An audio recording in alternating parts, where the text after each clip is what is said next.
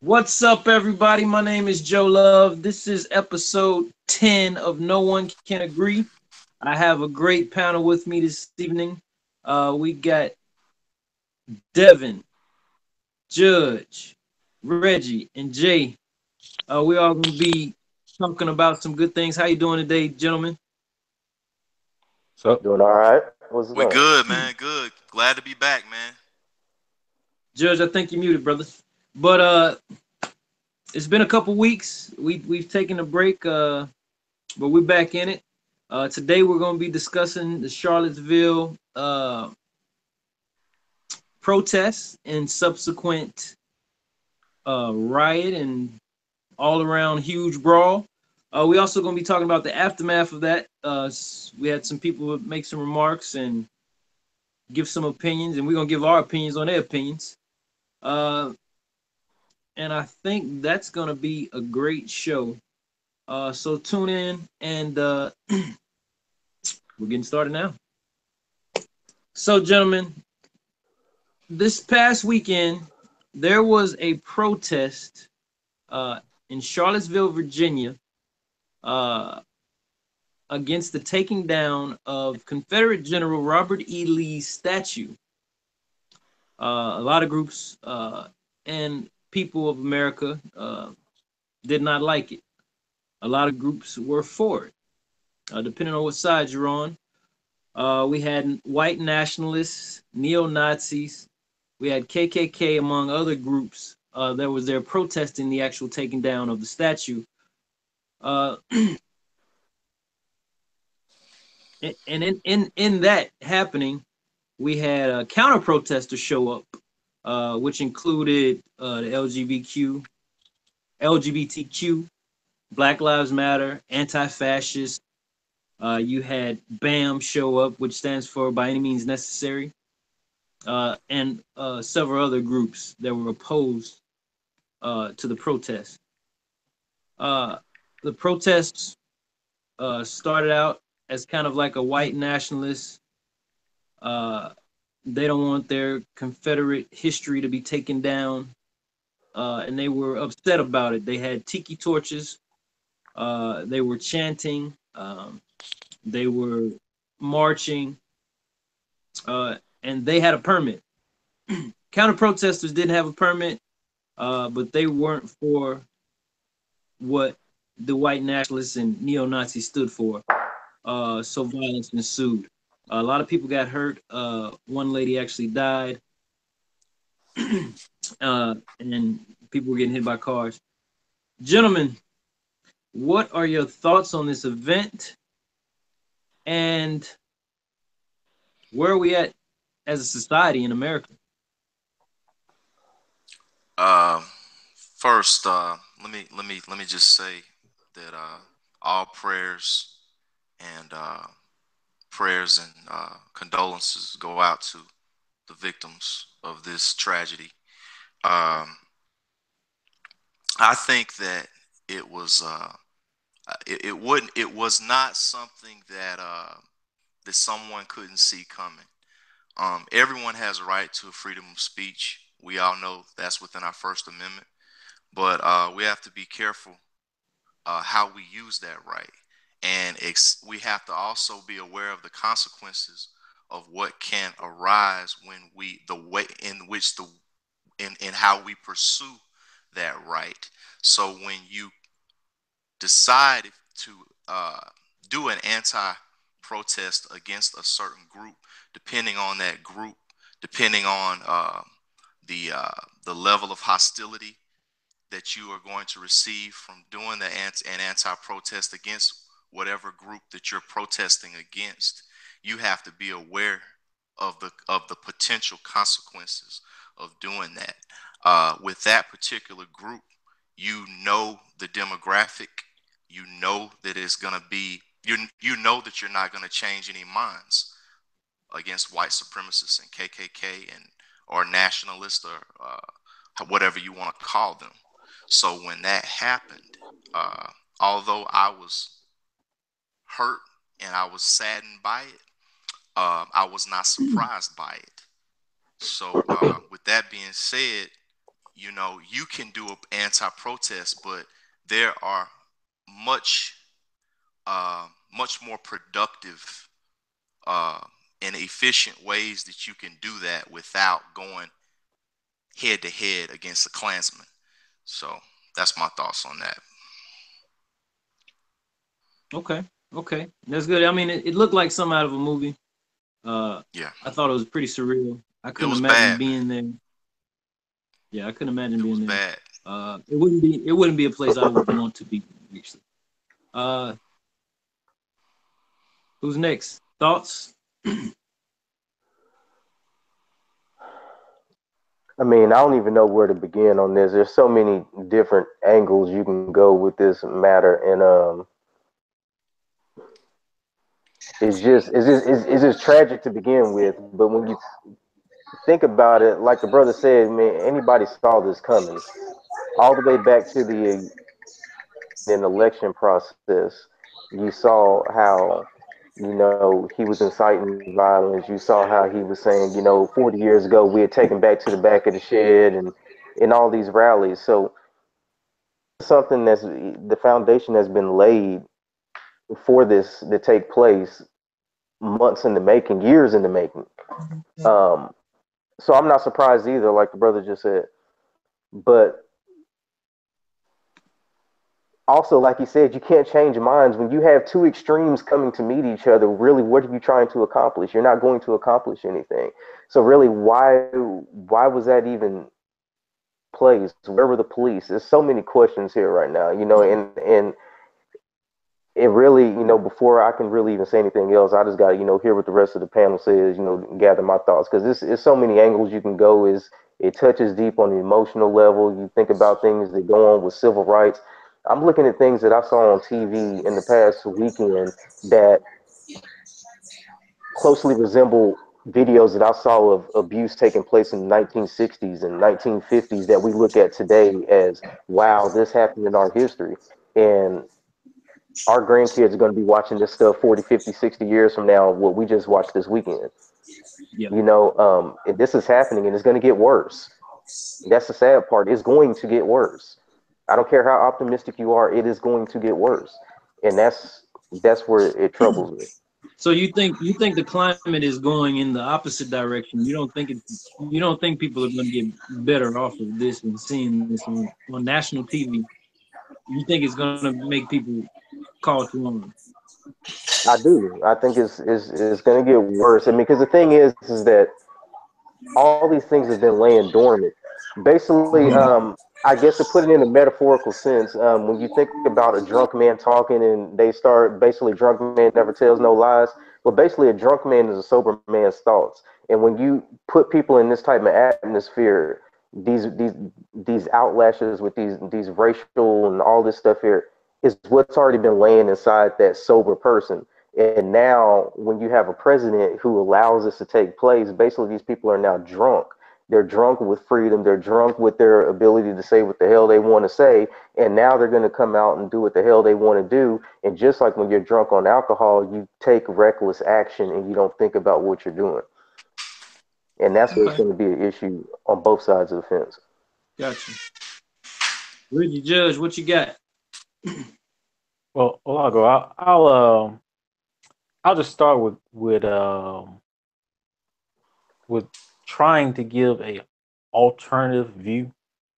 It's not my view, but it's an alternative view to what some might have been thinking when it comes to this. Um, and I kind of think it was somewhat Trump's view as well. Um, I, I think that there's a large segment, or I don't even know, I won't say large because I don't know how large it is, but I think there's a segment of people, of white males and white individuals who feel as if all of their rights and their ability to um, invoke those rights are being challenged, um, almost to these individuals to a fault.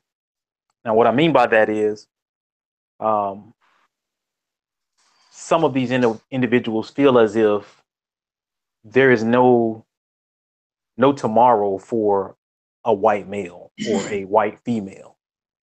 Everything that they do, they feel as if they're being attacked, and being held accountable for things that happened a long time ago. That's what these individuals believe. My personal view on the whole Charlottesville incident is that I blame the police 100%. I think this was something that could have been avoided. I think that if you saw that there was a incident or there were some incidents on Friday night, you already had a heads up that this could turn violent. So there should have been the mayor, there should have been the police chief, all those individuals should have come together Friday night and said, okay, we know they're coming here tomorrow. They have a permit to be here tomorrow. We know there will be anti-protesters here tomorrow as well. What are we going to do to stop anything from happening that just happened on Friday night? Now, Friday night was nowhere near what happened on Saturday, but if they had planned accordingly, I think it could have been prevented. And one way that it could have been prevented was just based off of seeing interviews and accounts that people had. The police were basically protecting the white supremacists or whoever, white nationalists, whatever you want to call them. They were basically protecting those individuals. There was no police in between the anti-protesters and the actual white nationalists / neo-Nazis or whatever it is that was there. So they basically were allowing these individuals to have this back and forth, which only can lead to more violence. It almost makes you pose the question, were the police just allowing this to happen on purpose? I just can't believe that a police force would see what happened on Friday night and the small incidents that happened on Friday night and not take the steps to prevent it on the next day. I just think it was just bad accountability from the mayor as well as the police force, which led to a horrible tragedy that I believe could have been prevented. Yeah, I totally agree. I agree. A life was lost, and that definitely could have been prevented because they foresaw it. And even I think they even had something Thursday as well, if I'm not mistaken. So they knew what was coming for the weekend, right? And they could have planned accordingly. They could have barricaded. They could have set off whatever they could have set off. I know they had some idea of how many people were going to be there. Right. Yeah. So I agree with you on that. Judge, what's your thoughts on that? Oh, go ahead. Here's what I won't do. I won't blame anybody but the adults who are around. That's the first thing I'm going to do. The adults who were there who can't seem to control their tempers. Okay? You've got a couple of things, right? I won't go into detail because I want to be more specific as you ask more questions as we go. Yeah. So I'll just kind of keep it an overview. Yeah. You've got people here in the United States that have been riled up to think that you shouldn't have the right to say whatever you want to say. They believe that because of the political correctness of everybody and everybody putting feelings into things, that if I have an opinion about you, whether it's racist or bigotry or sexist or homophobic or whatever it is, if I have an opinion about something and I say what I'm thinking because I have a right to say it, you have a group of people who get so offended by it. And the offense, I think, personally, is being monetized. And so you got a group of people who say they're so outraged and so offended that they don't mind treading upon the First Amendment rights of everybody. They don't care, though they themselves are advocating for their own rights. They want rights to be able to do what they want and behave the way they want and all of this. But when you say what you want, they've got a problem with that and they attack you for it. And so for adults to show up in a small town and get that riled up and upset with a group of people for expressing their love for whatever they got, to turn violent like that, it shows that there are people in the United States who could care less how you feel and how you express yourself, as long as if they don't like it, they don't mind getting violent with you. They don't mind putting their hands on you. And that's what I saw. I saw two groups of people who, one, they're there, but yeah, you can't just show up as an adult and get upset to the point to where you want to attack people on both sides, right? I'm using the Trump words, on both sides. You start attacking one another and then look for everybody else in the United States to have sympathy for you. I don't have sympathy for anybody. If you were down there and you were engaged in the nonsense, engaged in the violence, engaged in that act, however you got there, representing whoever you're representing, then you are part of the problem. And those are the people we have to weed away from the greater masses of American society, because we don't need any of those two extremes causing problems for those of us that are more centered. I don't know, man. I gotta let me respond with you and with what you and Reggie said, because what Reggie said is spot on. These people tried to get this permit. The history of this permit has been going on for months. It tried to get revoked, and they had to get a federal judge to allow them to have this. They knew exactly how many people were going to be there. The police knew what was going to be going on. All these guys showed up with not just torches, they showed up with guns. All of them were strapped. They had long rifles. They had pistols under hip. Virginia is an open carry state. So they came there like that. And then, into Reggie's defense, these police knew that. They didn't want no part of it, or they allowed it to happen. There's no way there could be that much negligence in this matter. So I don't agree with that part, man. There had to be some kind of order. I understand you have the right to say what you want to say and come assemble and say that.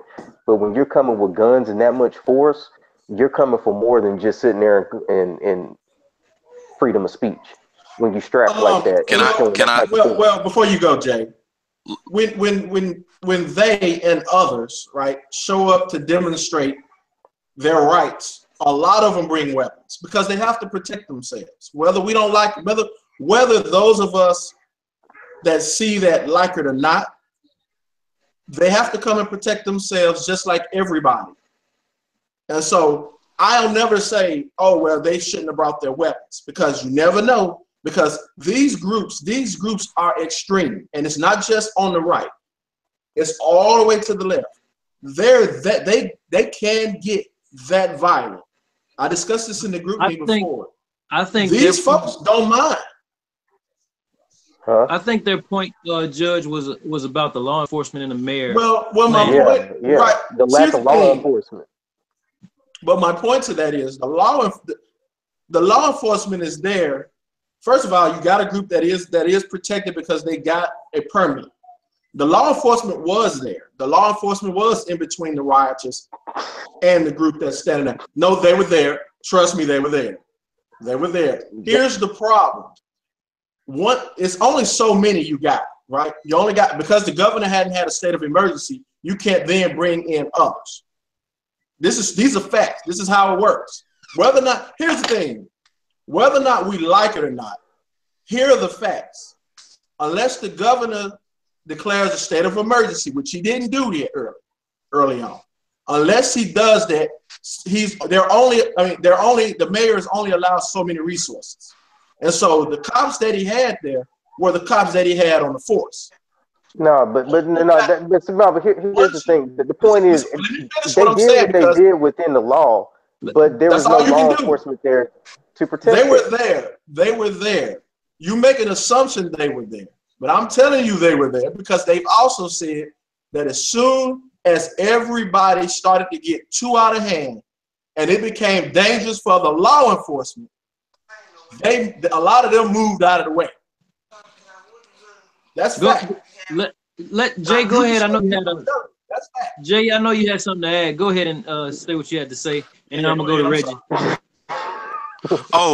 The only thing I wanted to say was I think I'm speaking to Devon. I was going to point out that the anti-protesters showed up, and it's not like they were having an open fireside chat or anything. Once You're absolutely correct. once those two groups get together, it's gonna be chaotic. Exactly. Because of the situation, because of the elements. Now the police are there, but Judge hit the nail on the head. There's only so many of them that can stop the chaos. So I don't see that happening in Ferguson. I don't see that happening whenever there's other people assembling that aren't of that specific demographic that were assembling that day on the University of Virginia. You see what I'm saying? I'm going to do it. I done did it. I've already gonna get this, so I'm going through it. You see what I'm saying? So I don't understand how there could be armored trucks and tear gas and riot gear present whenever there was a state of emergency call. You didn't hear what I said. But now, when you have several months in advance to know these particular extreme groups, as you particularly noted, are going to be present, and when they're present, you know the particular extreme group on the opposite polar side will likely be present. Why would you not take preemptive action to basically make sure there's nothing goes off, nothing pops off, but you don't? And that's the question. So I don't go there, and I did it. I think that's easy to say once stuff starts snowballing and pops off. It's easy to say what could have been done if preparations would have been made. But people are unpredictable, man, and you get that amount of people together. Hold on. Trust me, them numbers change. Hold on. Go ahead, Rich. Hold on. So let me give y'all some facts. Go ahead. Since we're talking facts. So on Friday night, there was an estimated. They said there was an estimated 1,000 to 6,000 people there from the right side, if you want to use sides, from the right side with the candles doing the little candle stuff.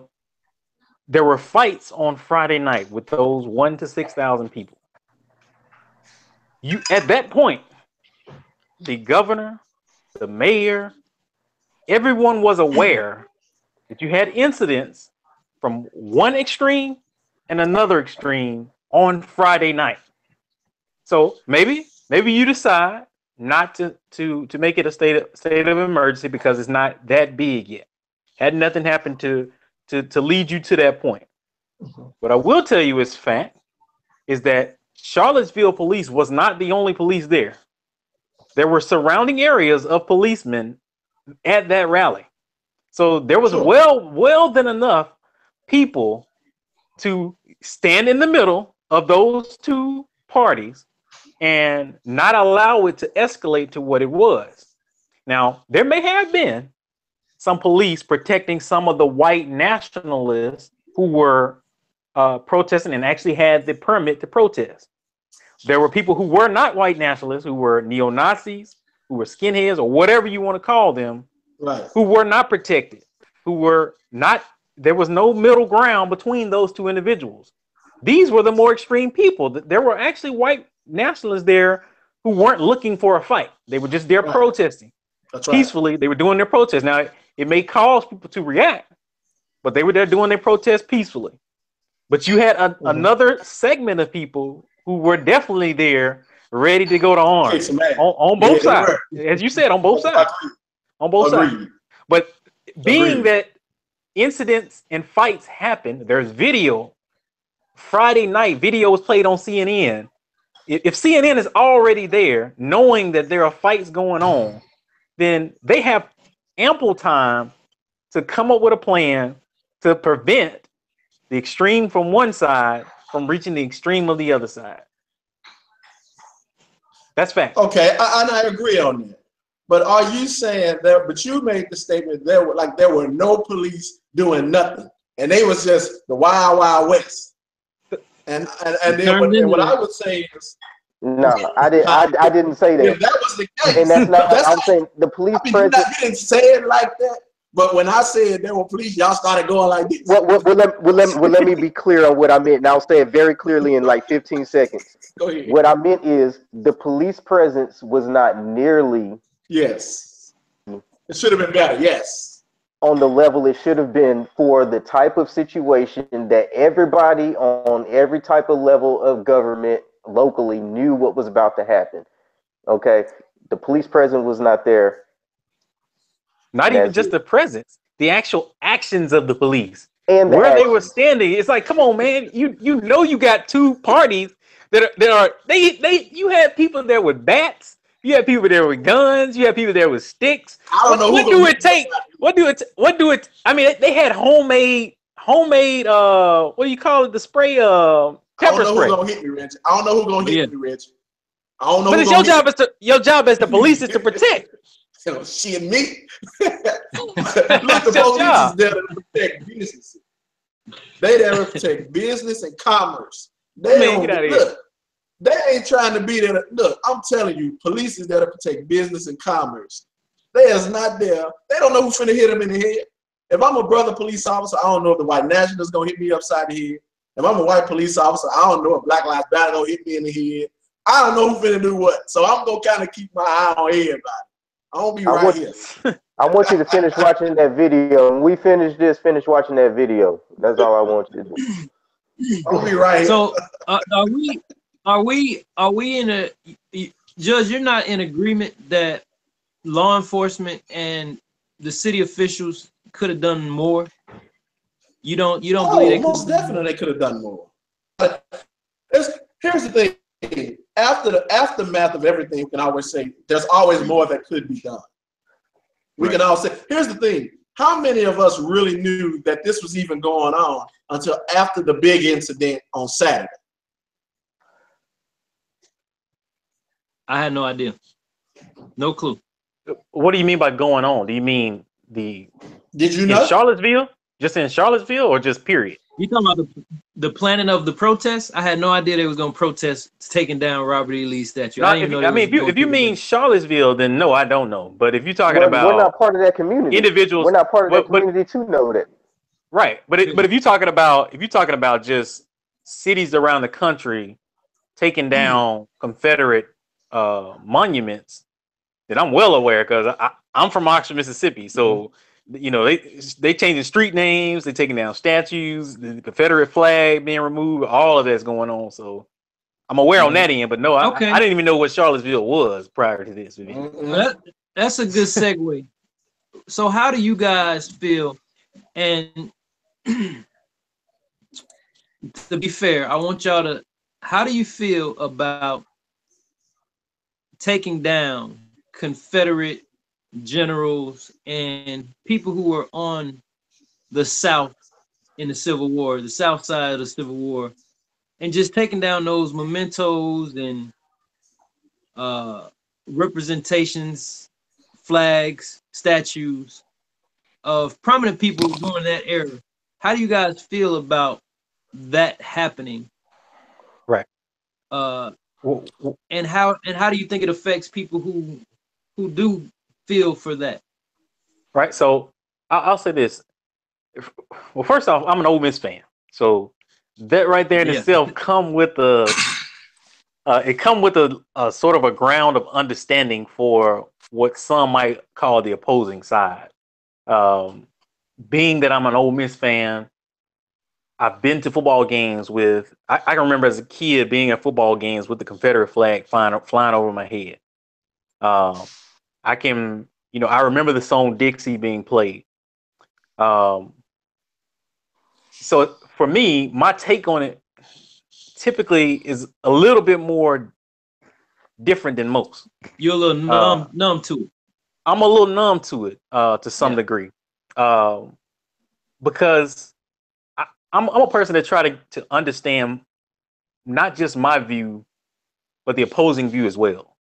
Now that doesn't always mean that I agree with the other side or the other view, but I generally try to say, okay, well, I can understand to some degree where this individual is coming from. I mean, my personal views on all these monuments and all these things is that in Germany, it is against the law. It is legally against the law to have anything regarding Hitler, any kind of monument, statues. In regards to Hitler, it is against the law. I think personally that stance in the United States would be a great one. Do I ever see that happening? Potentially. Maybe years from now, once people get older, the society changes, society, continues to go in the route in which it's going, where it's becoming more liberal.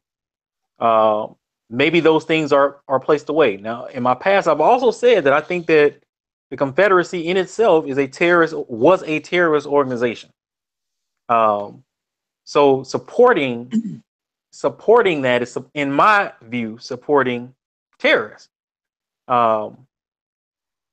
But as I mentioned earlier, understanding the other view is trying to compare where we are currently with where those individuals were when the Confederate when the Civil War actually happened. It's hard to do because it's two totally different norms. You talk about what's normal now and what was normal then, and how a person's mindset was then compared to what a person's mindset is now. I think it's very challenging, and you have to be careful because you can paint people in a certain light, but those individuals, it's just like if we were to go 100 years from now, and someone try to define me based off of how I think now from where they are 100 years from now. And I think that's I think it's a challenge, and I think it's, I think it's tough to kind of go to do that. Can I speak up on that issue? Yeah. First off, I would question, I don't know any African Americans personally that celebrate the symbolism of the Confederate flag. I just never met any. I'm sure they're out there somewhere, but I would challenge even asking a white man, what tradition or what are you celebrating when you celebrate this flag?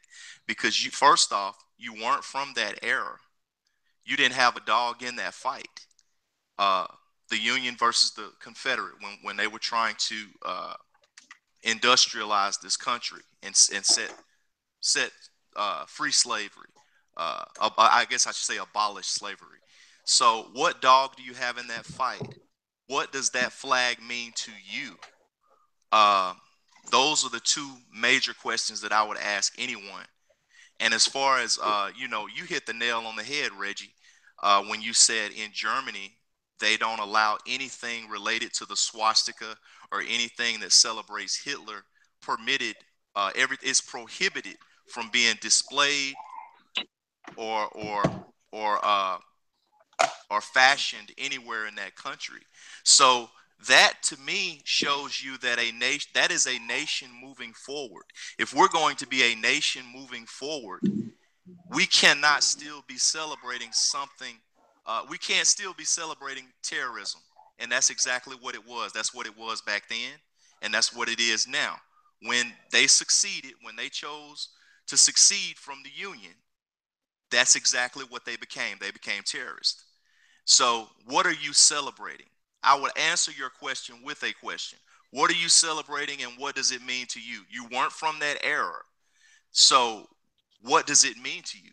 Well, I can kind of give you what I think some of those individuals actually feel with it. So it's kind of like, I can remember growing up as a kid in Oxford, there was a black male who used to protest daily. I mean, every day he would be out. We have like a square where it's actually a physical square where you can ride around the square. The courthouse is there. Small town Mississippi. Well, this African American male would protest daily with the Confederate flag on keeping the flag, keeping all monuments. And his reasoning behind it was because his ancestors actually fought in the Civil War as an African American. Okay.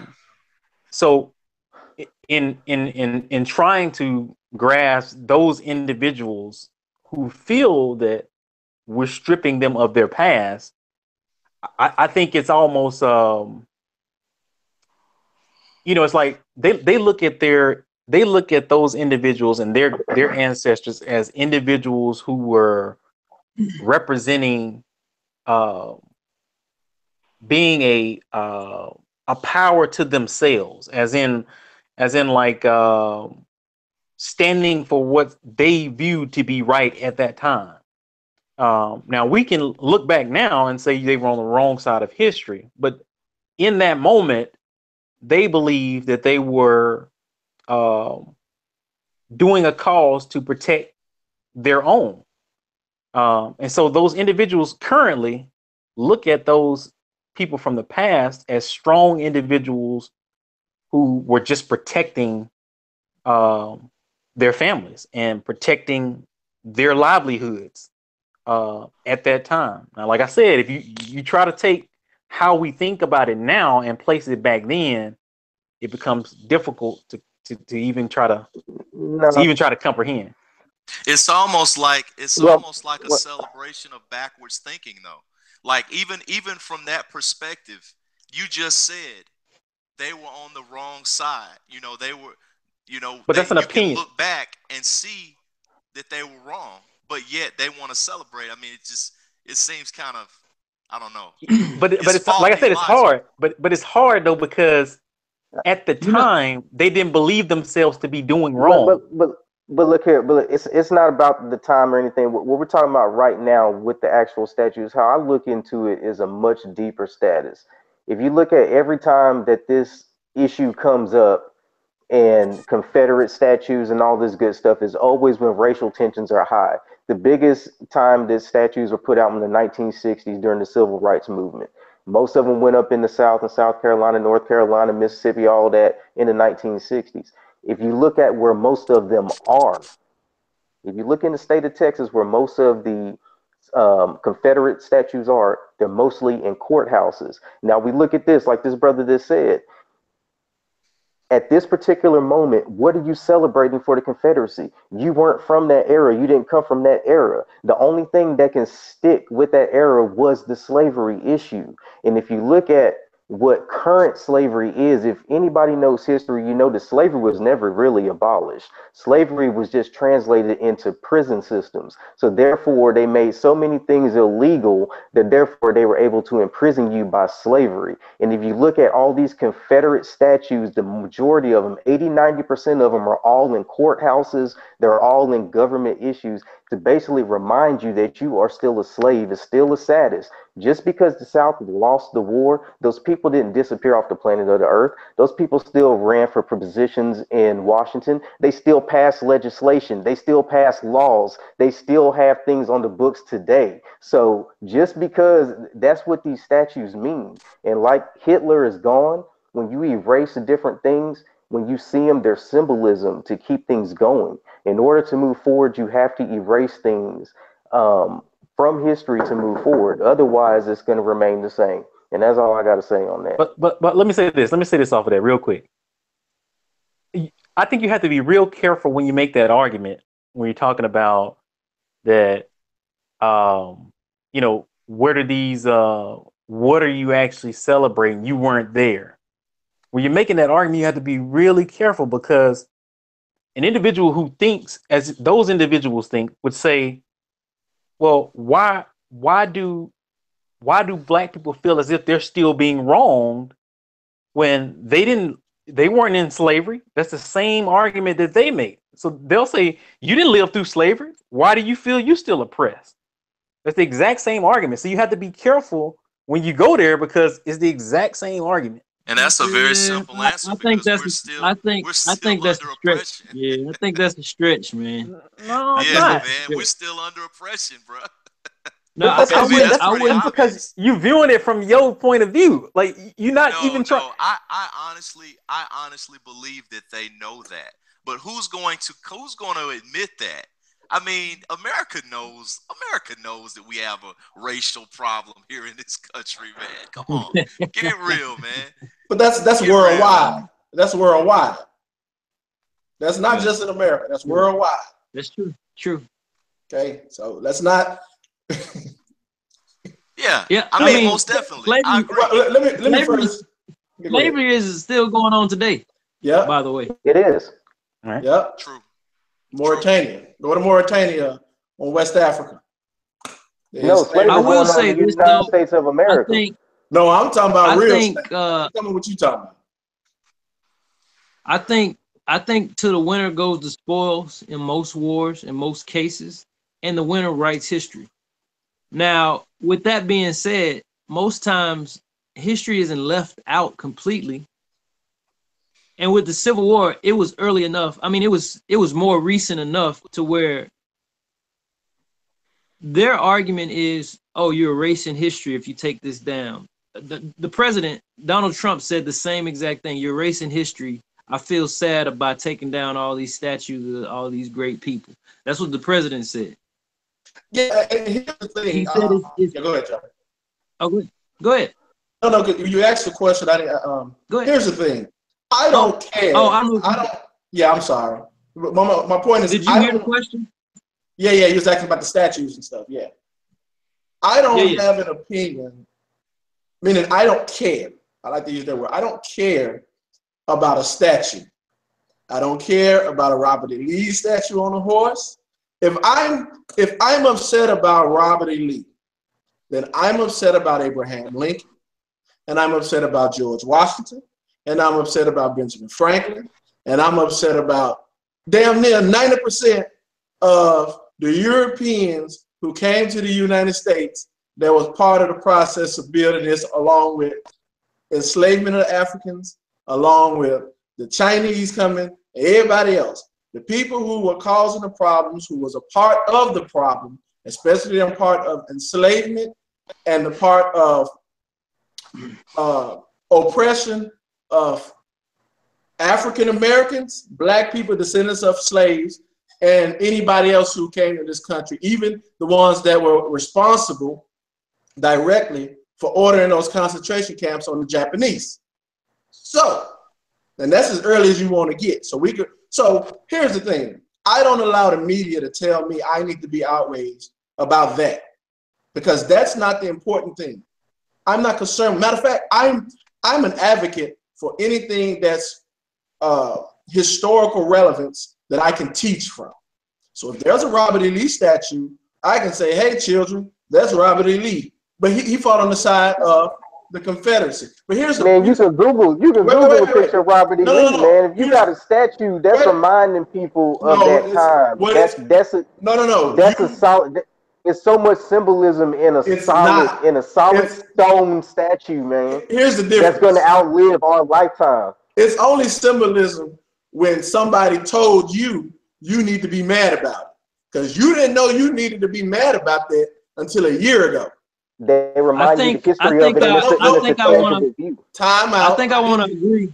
I want to agree with what Judge just said. I don't care about a statue. I didn't even know that Robert E. Lee statue was in Charlottesville. I didn't know that shit was there. I didn't know it was there. But let's go across the board here. How many of you on this board? Now we got 1, 2, 3, 5. So if 1 out of 5 Americans was pissed off about any Confederate statue, right? You talking about Pemberton, you talking about Robert E. Lee, you talking about all those other guys that was fighting in that war, right? How many of you were upset about that 10 years ago? And I'll wait. I've been upset about it. Not upset about it. Listen, how many of you were offended? Okay, let's make this real simple. How many of you were offended when you saw a Robert E. Lee statue 10 years ago? Tell me I'm lying. But you're saying specifically offended to seeing a Robert E. Lee statue. That's not what it's about. No. I'm talking about any statue of any general or anybody fighting in the Civil War. This is what I'm telling you. TV and social media have told you need to be upset about it. And you need to be so upset about it. I'm gonna tell you say it because you don't want to be honest and say to yourself, listen. The true honesty. But look here, Judge. I see the point that you're trying to make. I see the point. I see the point you're trying to make. But the fact of the matter is, my entire life. Now I've been a historian. Me too. I've been deep into knowledge. I know my history. So therefore, this ain't nothing new to me. ain't nothing CNN telling me that's new, that's fresh in my mind. You know, in my age. You see what I'm saying? So you might pass that off on somebody else. So you were upset 10 years Time ago. out. Time out. Time out. See, this is what Judge is trying to do. And I see what you're doing. You gonna cut that shit out.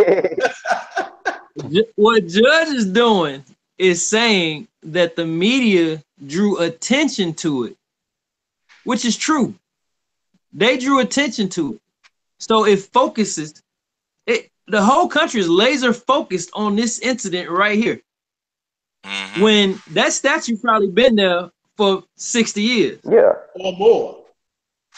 Yeah, I don't know how long that, like I said, I didn't know the statue was there. And it's not about being offended by a particular statue or symbol. It's the whole point of what happened in history. Period. It doesn't matter if there's a symbol or not. That stuff is there. If you take down that statue of Robert E. Lee, don't change history. Robert E. Lee still was at that war, and he still was a general at that war, and everybody knows it. It's gonna be in the history books, regardless of that statue. You don't have to put it in the history book. And you don't have to. And here's the thing: some things are omitted from the history book. Like, where is our history? See, when you talk about Black history, we only go back to slavery and civil rights. That's all you find. But where is our history at? You see what I'm saying? That's not African. No, that's not just Black history. Okay. Listen. Let me look. History contains whatever the author writes down. History is only what whoever writes it says. Joe said to the winner go to spoils, and then he write history, right, like the Romans. Yeah. But I gotta slap you around a bit, right? Now you come back on so you can see it and do this. You can come back on and do this, right? So we gotta give him a chance. All right, but just check this out. You're right, Joe. I'm making a specific point. There he goes, right there. There he is over there. Point right there. There you go. Check this out, right? Let's stay focused right quick. I don't want to go out here right now, so I'm not going to address what you said earlier. I'm just kind of keep it here. What I'm referring to is, I'm not saying that the media gave focus to it. I'm telling you the way the media does headlines, and way every outlet that writes, from bloggers to etc., wants clicks and headlines, they'll tell you that I'm saying Robert E. Lee, but there are many others. Statue that it may not be in honor of. It could simply be in that during this time, these were the key figures who fought in the war. Fair paraphrasing. But let's say take Robert E. Lee for example. So I'm gonna ask you a question, Devin, or Devon. I'm sorry. Are you offended if you see a Ulysses S. Grant statue? And I'm a history buff, so I'm gonna school you right quick. I'm not offended by any statue. I'm not offended by seeing anything. But do you feel a certain type of way if you see it? Okay, so do you feel a certain type of way? So do you feel a certain type of way about any of it? A certain type of way about it. The point is, what I'm trying to make is, I understand it's a psychological tool. You understand me? It's a psychological tool that they understand that other weak-minded people will take offense to, and they will cause this insight. Like you said, the media is bringing this back up. Nobody's seen that, but they know that this will cause an issue. That's what I'm saying. Let me speak on. I'm saying I personally am not offended. I personally don't give a damn. I do give a damn because I know what it means and what the whole purpose of it is. Let me speak on that a little bit on Devin's what Devin is saying. I mentioned earlier that I'm an Ole Miss fan, and as a kid, I can remember Colonial Red as a mascot. I can remember Confederate flag being flown in the games. I'm talking about huge flags flying over my head. I can remember Dixie being played. As a kid, not even really knowing what any of that meant, I still had a feeling that something about this I didn't belong in. So I don't think that it necessarily takes a media or somebody driving it to you that this isn't right for you to actually to know that this is just not right, or there's something's off about this.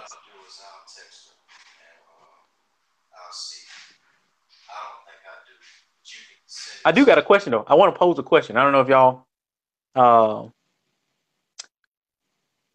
do you guys, and this is kind of going back to that, maybe what the people who are in support of the statues would think.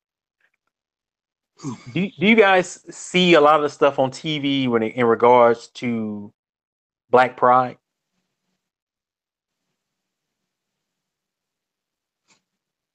Do we see a lot of it on TV? Yeah, like do you see anything about Black Pride, like Black Girls Rock, any of that? Do you see Yeah. You see a lot. You see a lot more of that stuff on YouTube now. But, okay, well, this is my question. This is my question. What would you define as white pride? What do you mean? What would I define as so white so pride? we have examples of Black pride, or somebody with a show or a program or something in regards to Black pride. What exactly would be white pride? What would you define as white pride? Everything else. Everything else. Okay, so everything else. The only reason. Go ahead. No, the only reason there is Black Girls Rock and this, Black Power kind of things happening in media, and it can happen is because we are the oppressed, and they haven't had shine. There hasn't been, a million movies made about Black people or a million TV shows made about Black people. You get a couple sprinkled in here and there, but everybody else is white. All right. Even all right. So I got a point. Black people got white actors. All right. So I got a point off of that. So the trend, and one that is actually scary for these white nationalists, the trend is that America is changing in regards to race. And at some point, with the way that it's trending, the white race will no longer be the majority. Right. It's going to happen. Okay. It's going to be in the next 50 years, white people will no longer be the majority. This is a true statement. Right. So these individuals would ask, since we're removing their history in regards to things that happened in the past, what is it that would then become white pride to those individuals? If you use the same analogy that you just said, hold on a second. If you use the same analogy that you just said, that we as Black people are the minority, we have these shows. No, I didn't say minority. I said oppressed. Okay, we are the oppressed. All right, these individuals would then at that point be a minority. What is it that's white pride? When white people eventually become a minority of anywhere, they will still hold the power and the keys. Even when they become the minority, they will still be the breadwinner as far as ethnicity and race goes. That's absolutely correct. That ain't gonna change. South Africa, that ain't gonna man. change. Look at South Africa right now. After apartheid, it's not gonna change. So the white people ran South Africa up until Mandela took over. They were less than 10% of the population. So since then, the white people really don't have too much political power, but they still own over 80-90% of all the wealth, all the land. They still have they do have most of the political, because those laws already have been put in place through legislation. Now it takes forever to go back and change and reverse all that stuff. So that's how they can still retain power. All the stuff they do now, even as a minority, they can still be the majority power in some respects. Okay, I'll give you that. As far as power go, what would they then view? And that's kind of where I'm going with this. Those individuals look at all of this stuff that's happening as being stripped of any type of pride. That's how they view it, as you taking their pride away. I watched the Vice interview with the white nationalist. He's prominent. I forgot the guy's name, but he's very prominent. I've seen him in alt-right. He's like one of the heads of the alt-right movement. He's the older guy, not the young guy that's in front. But they're scared. They're scared that they're losing control over the United States of America. But if that's the case, why would you be opposed to anything a minority does if you're fearful of that being you? Because you can ask any white person if they want to trade places with a black person, they're gonna say no. Unless you're talking about dancing. Mm-hmm. Yeah, Jay said that the other day, and I asked him, you tell me a black person want to trade places with a white person. Sorry, I'm not one of them. But you may find one. Sorry, I'm not. Oh, okay. No, you gonna find some. I mean, you can find some white people that would love to be black as well. Hey, I would love to come back with wealth and money and power and prestige. I don't know about y'all. I'm not one of them. You a teacher because you're black? That was just No. I'm not one of them. Don't get it twisted, though. Don't get it twisted. I have black pride. I'm very proud of my culture. But let's be honest. There is a significant difference in the power structure when you talk about trading places. That's just the real world. I mean, there's in you can yours, say not that, mine. say that and still have Not mine. pride. Man, how? I don't have that problem. Listen, there's not a one day I woke up living my life saying a white man in power over me or a white woman. Never. Period. I don't. So if you had the position, of course, it's easy for you to say that. That's like people waking up saying God got power over them. I don't believe that. So ain't no difference. Judge, we're talking about starting over from scratch. We're not talking about trading places with what you have now, as opposed to if you were to start off from nothing, starting off from scratch. If you started off from scratch, I don't believe you would say that. You're not gonna say that now because of what you got. You got a wife, you got a child, you got a family, you got you established. But you wouldn't say that in this. Here's the thing: every person worth their weight, man, woman, or whatever, or indifferent, right? White, black, or whatever. This is what they want. They want their families, and they want good jobs, good food, and they want their children to grow up big and strong. We all share that. Okay, that's fact. Now, I'm not, listen, where I came from, I wasn't looking at a little white kid and saying I wanted to be that person. I just didn't. I didn't either.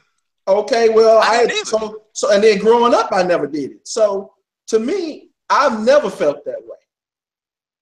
But that's first of all, it's a hypothetical question. When you talk about hypothetical questions, I don't hypothetically think they're never taken to be like. You'll never be put in that position anyway. So it's easy for you to say that. But I'm telling you, if you had to come back, I'd have been a rhinoceros, a black one. Okay, bro. Whatever, dude. That's not even logical. Okay. Well, I can't come back either. To be honest, guys, I don't understand that question because I don't think skin color has anything to do with it. I think people putting way too much on skin color, and it's about the wealth, and that's what all you're really talking about is the family. That's wealth. what I'm talking about. When he you're not talking about the color. Okay. Skin. No. You know those guys that was at the statue? Goes back to the statistics. They ain't have no money. I'm telling you right now, them guys at the statue ain't wealthy. They have no power and they're not wealthy. That's why they marching. Anybody they ain't got no jobs either. I understand, but they got no jobs though. You know what they got though? They got a hell of a head start. Hey, Twitter put a hit out on them boy. Judge, they ain't had no teeth in their mouth. They ain't got no head start. Judge, they didn't use it to their advantage. There's a difference. I got you. You said if you white and you ain't got no money, something wrong, right? Like if you're a woman and you ain't rich, you done something wrong, right? Some people just lazy, Jay. It don't matter what color you are, man. I It's said some lazy that. white people. Dude, I said that. No, I said listen. they have a head The start on majority, listen, the majority of the white people, and you're a historian, you guys, the majority of the white people in America didn't come from wealth. They never came from there. Okay, that's fact. About 98% of them didn't come from wealth. They all came over here broke like Ed. They came over here broke. Now our ancestors came as slaves, but they came broke. They were poor. They had nothing. So they didn't have an advantage. It just appears that way because you think they do. Man, let me do They this. do have an advantage, man. When you comparing the two, when you compare it, I'm gonna say this: when you comparing the two, it feels that way. But there's no advantage other than they were now There's kicking your legislation ass. and laws against us being prosperous, man. Come on. But yeah, that's true. Kurt. That's true. Judge, That's I'm gonna true. have to stop you, Reggie. Reggie, what you have to say? Because he's talking crazy. No, these are yeah. factual. This is factual. Well, I wanted to kind of roll it back to that view of what I was talking about from their perspective, the individual's perspective, and kind of pose the question. I keep talking about pride, but I'm trying to get to a point where if you're looking from their eyes and you see all this stuff on TV about Black pride, you see Black Lives Matter, you see all this stuff about Black lives. What is it that we deem as white pride that isn't associated with hate?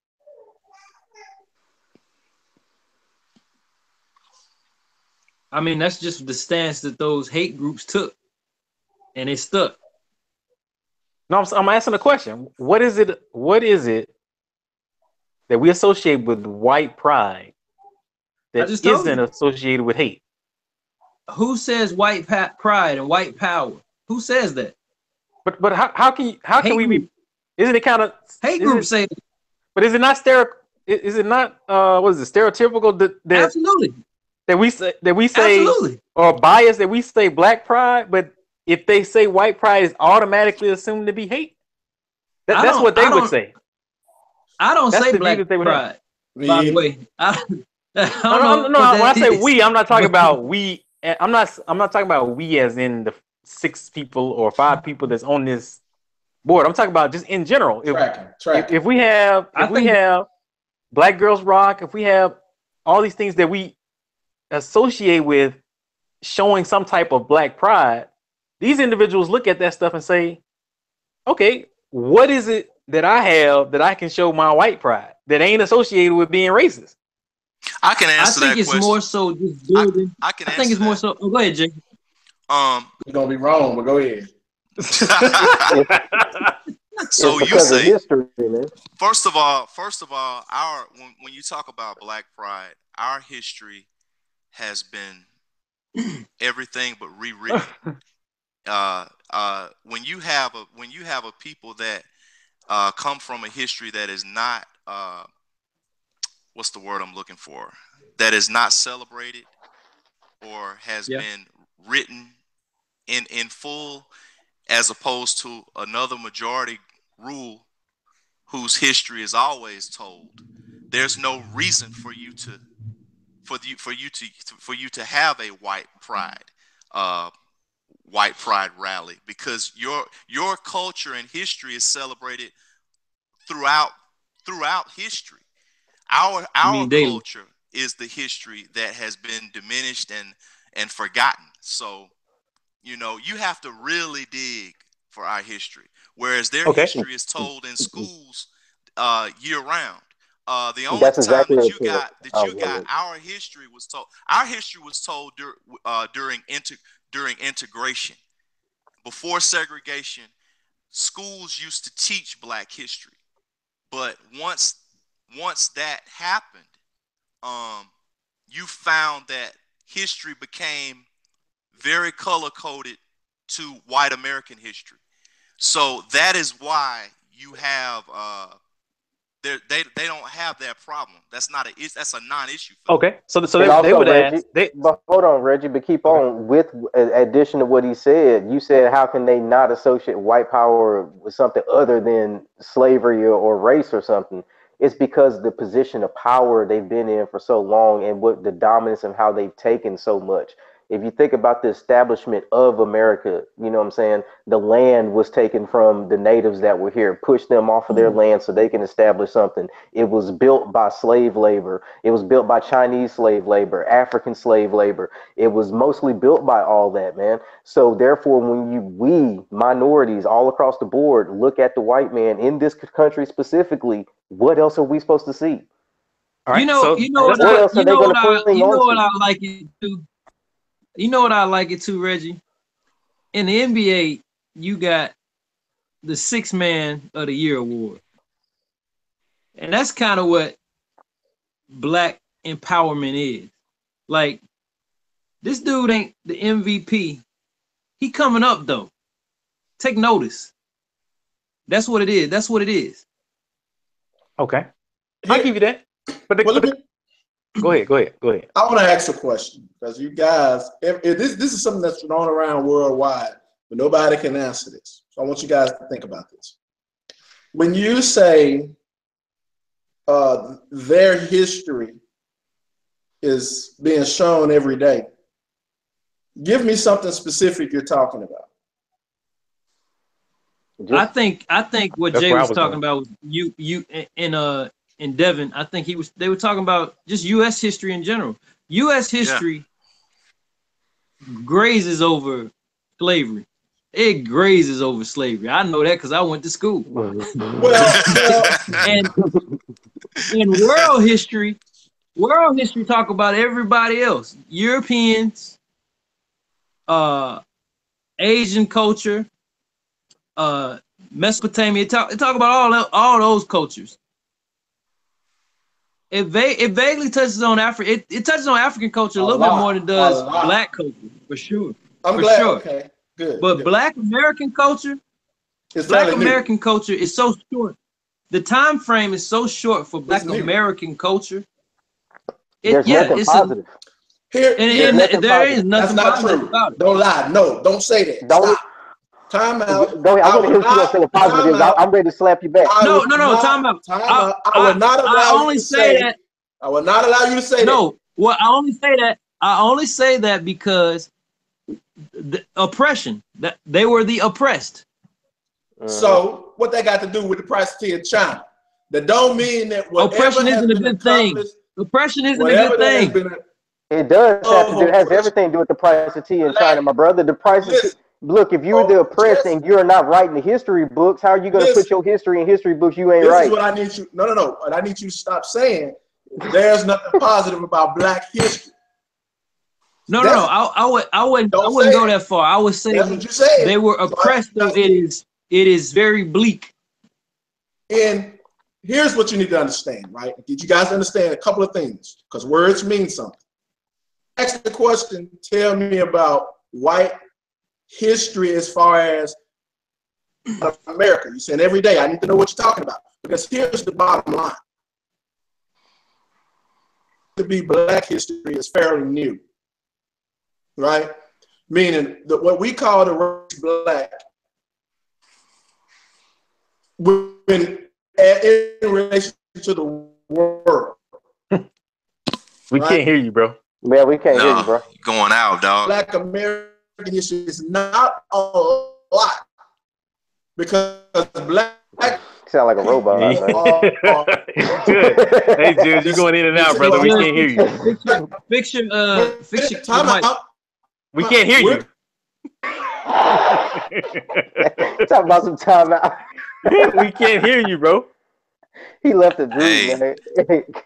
That's how you know. No. Hey, that's how you know when he be on that BS. That's when that mic start messing up. That's when that mic start messing up. Oh, here it comes, boy. Man, I want to say this though. So when if you have to put yourself in the eyes of that white guy. So if I'm putting myself in the eyes of that white guy, what you guys are telling me is is that the only thing I have to be prideful about is hate. That's what you basically are amounting my history to No, is hate. no. Well, Well, I just asked the different question. perspectives. I just asked the question. Well, What would let be me. white pride? From their perspective.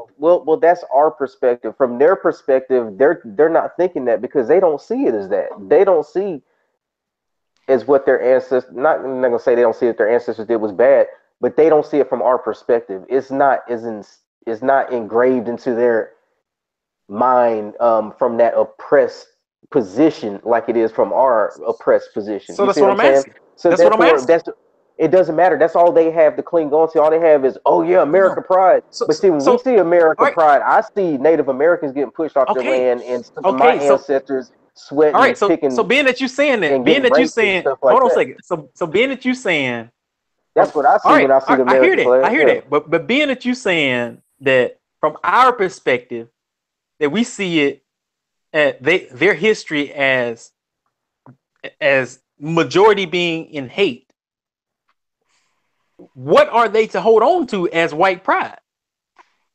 Well, I wouldn't say, see, from us, we could say hate, but from them, it's like survival. For them, they're looking at their race. They need to survive. We need to do for us. We need to keep on moving forward and this and that. But they do it by force. They come over to other countries and overtake people. That's why you have British They- colonies all They're throughout Africa and French Y'all colonies dodging my all throughout question, the man. world. Y'all dodging my question. Ain't nobody got an answer for what I'm asking. Wait a minute. Okay. And since we don't have an answer for what I'm asking, I then have an answer. we can't be upset at I white have an guys answer. for wanting to hold on to those things if that's all they got. I have an answer. Okay. Now you asked, what do white people have to hold on to as far as white pride, correct? Exactly. That we don't deem as racist, racial, hate. What is it? What do you mean? They structured the most powerful country in the world has ever seen. Mhm. So, that's not what I'm asking. What When do you you say mean? black pride, But how? how do you What define But the do way black you that they pride? mean? structure the most Let's powerful go country. there. Let's go there. Let's go there. Think about it. How do you define black pride? White. How do you So define look, black pride? time out. Let's go back. Let me go back. Let me go back to the white pride that you're speaking of. Because when you say white pride, you're really talking about European pride. And these were a conquering people. They were conquerors. I'm not talking That's Yeah. what about they European did. pride. No, I'm not talking about European pride. I'm talking about white That's white American pride. pride. I'm talking about That, white American. The That's same way what when it you that's where say they is. came no, from. hold on They're a second. When you conquerors, say bro. They come from the same bloodline. but bro, when you Reggie, say listen to me, man. listen to me. When you say Christopher black Columbus pride, and all you're this. not talking about Africans in South Africa. You're talking about black pride in the United States.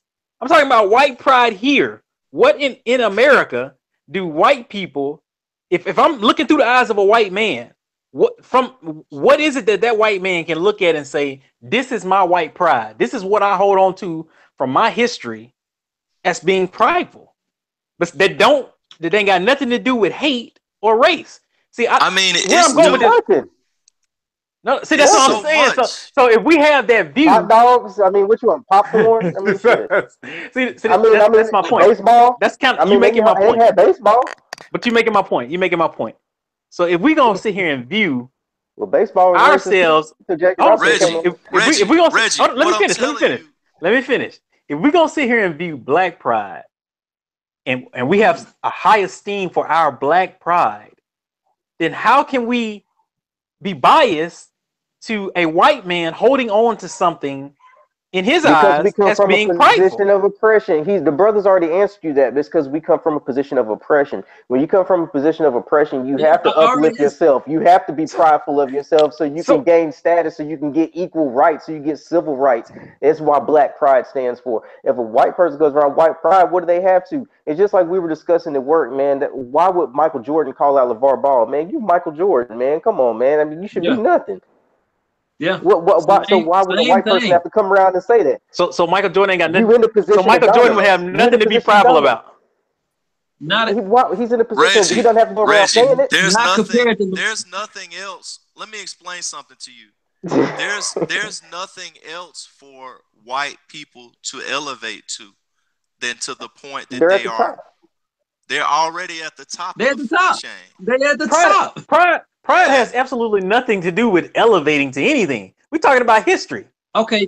Well, let me ask you this. What Let me part ask of you this. history? Hold up. But how did they get to the top, I'm a man? That's the history whole teacher. point. How did they get there? I'm a history teacher, Reggie. It What depends part on of where you history at. did they not influence? What part Everybody did they not? influenced everything. Everybody influenced history. It's history. No, brother. But that's what I'm saying. No, So listen. So we have a view of Black pride from a I Black want to hear the perspective. history teacher. We have a view of Black That don't pride mean from nothing. a Black perspective. Okay? What should white This people guy, have? man. What should, That don't count. but I'm asking, Boy, what should white please. people have as a view? What should white people have as a view of being prideful?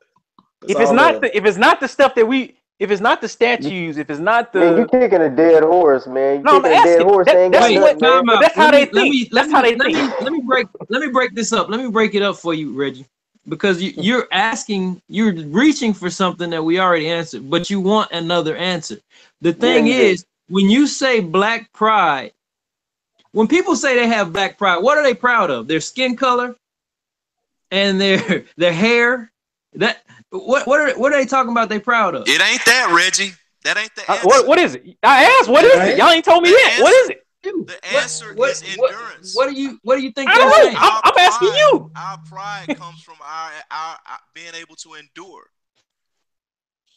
That's what black pride is. So all right, Perseverance, all right, man. okay, being able to endure. All right, being able to endure. So yes. so Agreed. if a white person says, "I have white pride for being able to be a strong leader," or whatever you want to call, they automatically deemed as a racist. That's I can't automatically roll crazy, man. Hold on a second. I can't roll there, Reggie, man. Listen. You know, Reggie, you know what it is. Listen.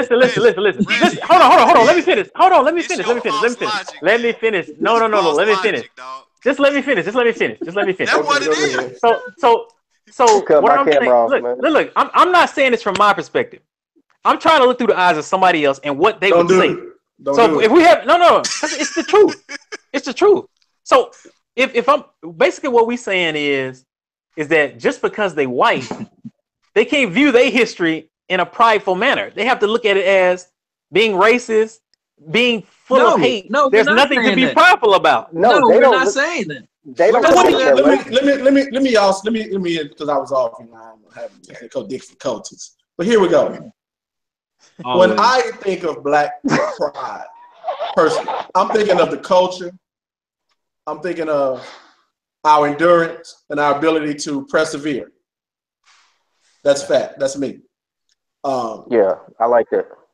But also, you guys ran from my question, but when we talk about the only people that say white power, I did probably the answer. The only people that are saying white power or Black power are those that are on opposite spectrums of extremes. Yep. They are.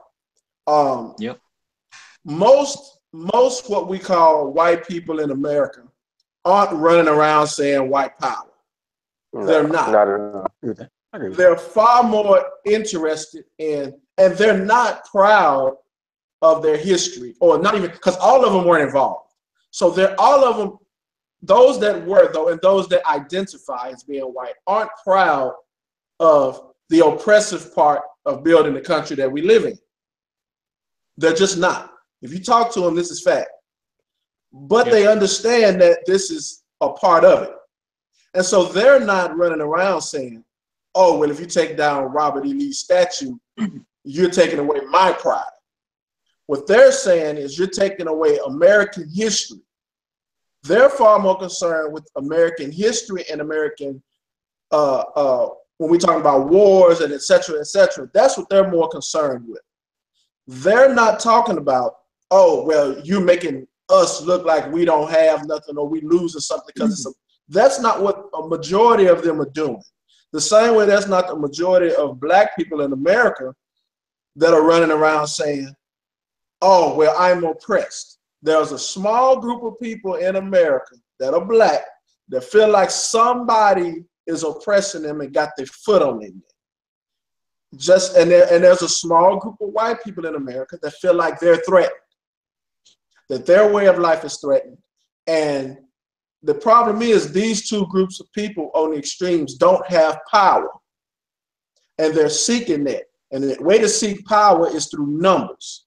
So they're out rallying and they're out recruiting because they need to make you feel like the same way they feel. If they can convince you that you're oppressed and you're in danger, then they've got you. And that's what they're there for. The majority of us don't think that way. We could care less what they're talking about. Like I said, I could care less that you're taking down Confederate flags and statues. I could care less if they're there. Though I understand how some people may feel, it's not the majority of us. Our lives aren't dependent on it. Like I said, we're looking for life, living in the pursuit of happiness. And we're looking for you not to infringe on our rights. Don't come telling us what we can't say and what we can't do in the privacy of our home. Don't come tell me who I can marry and who I can't marry. Don't come tell me if I want to be identified as a woman, that's what I want to be. If I want to be a man, that's what I want to be. Don't tell me what I can't do that makes me happy as a human being. Well, the only ones that care. Extremes, the only ones that care are the religious warmongers, religious extremists, and those who are on the far end of bigotry and racist or racism, white supremacy. And that goes to my point. That goes to my point. I'm glad you said that, man. You helped me with one of my points I was trying to make. So the only people that care about these statues really with that much pride are the ones on the far extreme right. And the far extreme right is obviously identified with extreme racism, slavery, and stuff like that. So those are the right wing, but I mean, they care enough to riot and be violent. I'll say that because I didn't. And they're the ones that care about it. But that's the symbolism of it. You see what I'm saying? But there's really no other pride because right now we're not in the same economic status as in 1863 to where they were talking about economics. The only thing that's still relevant to this day that was relevant in the 1860s is the race issue. That's it. Yep. But see, the economic issue does not exist anymore from the north and south. That's not true because Mississippi poor to this day. Mississippi and Alabama and the rest of the states that's down there are still poor because of that. They're still poor to this day because of that, and they're still feeling the effects of poverty because of that. Reggie even rubbing his head. Reggie from Mississippi, he rubbing his head. It's fact. I'm from Mississippi. It's true. It's true. I think what contributed more to them being poor, those states in the South being poor, is just less progressive. They're not progressive. They've been poor though. This is here. I was talking to. But look how they made. But look at the history of the South. The only reason the South was prominent back then was because of slave labor. They weren't doing anything on their own. The only reason the South was prominent in the 1800s and 1700s was because of free slave labor. Well, the slave labor and the export of the goods that the slaves was getting. That's right. Yeah, it was both. Because what I'm saying is it was both.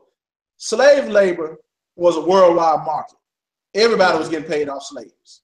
Everybody.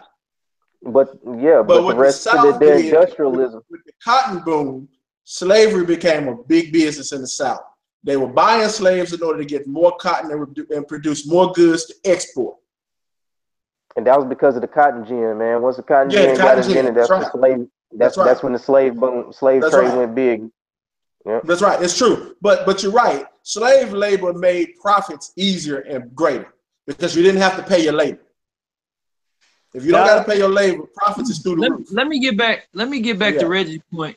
What he was trying to say, I would liken it like this: white people have a lot to be proud of. You know, they can be proud of the progression. I mean, of the whole world economy. I mean, they could be proud of a whole bunch of stuff. But the thing about saying the word white power it's been taken by the extreme groups. I ain't talking about white power.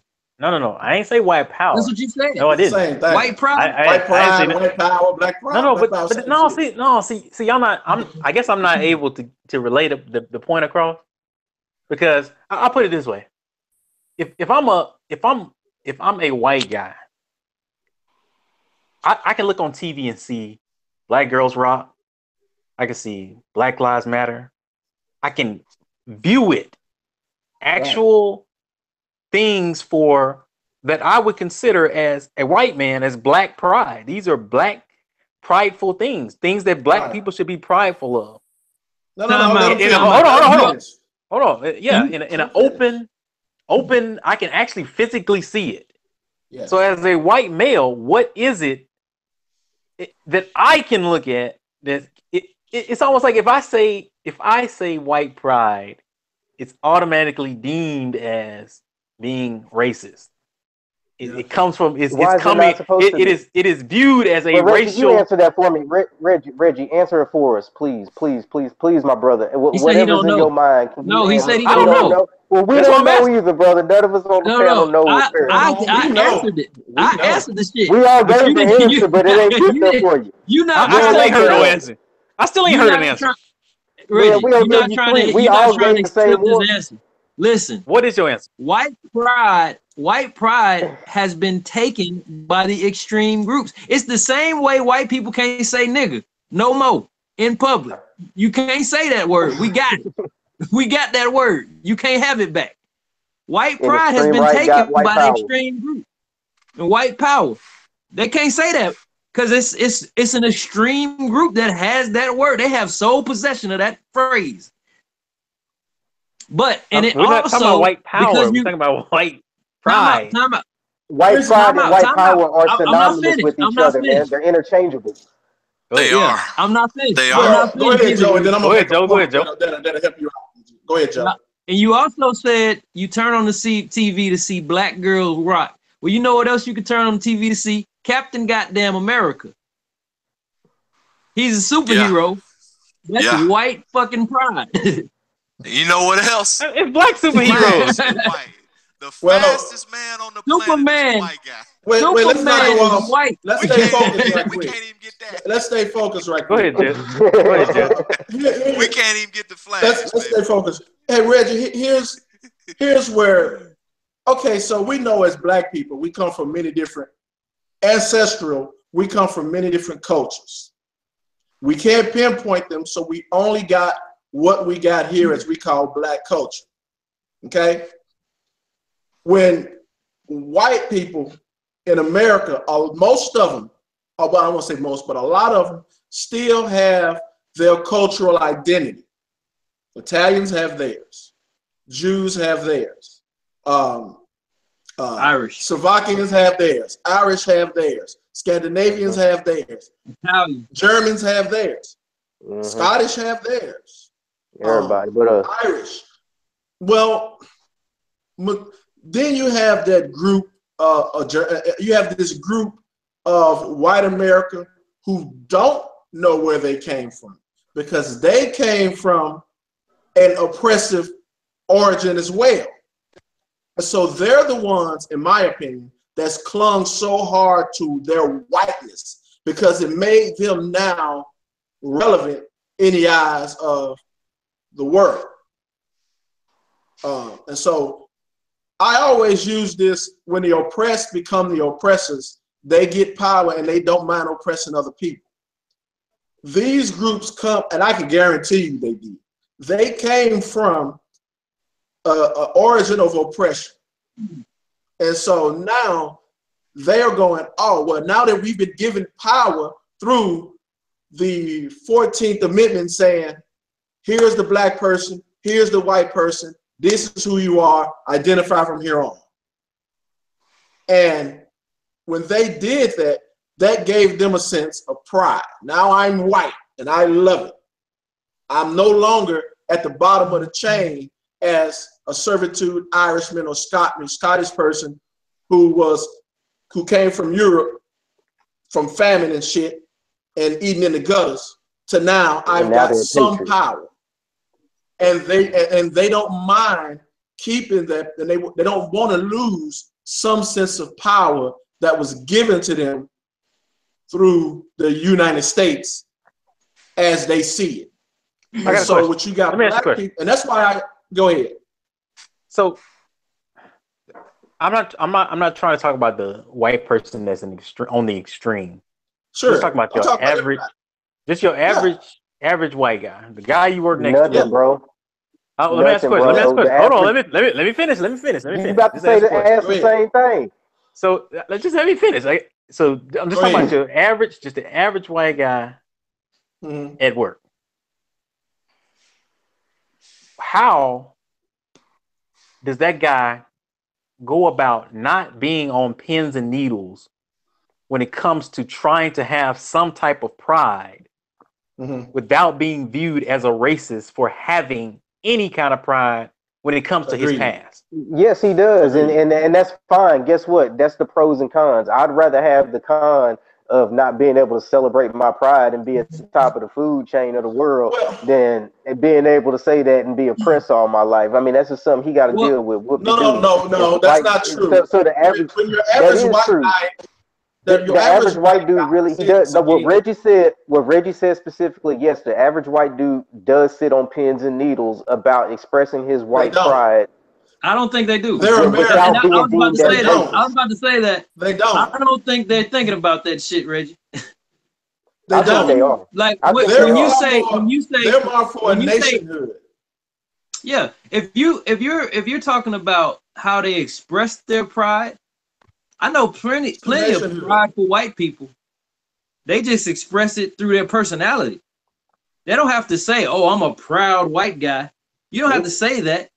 So why do black people just do it in your everyday life? But see, that's everyday life. But that's not answering the question. But he was asking specifically about the pride. The only thing that we could say pride that we all agreed upon is that the extreme or the right has taken the word white power and white pride. You see what I'm saying? And that's what the Confederate flag is a symbol of their white pride. The swastika, white pride, all those things are symbols. So the average white dude at your job, he's not going to go nowhere near that extreme. So yeah, just his normal personality going around doing what he needs to do. He's not even thinking that. That's right. But if he ever thought to be like, yeah, I'm about to be white, or just come around talking about how happy he is to be white, then he'll probably think twice about having that conversation in public, because it could be deemed as, hey man, this white dude's, and they might think about that. They don't have no reason to say that. As my point earlier, they have no reason to bring that up. But that's why that number is increasing, though. That's the point I was trying to get to. That's why because they feel threatened.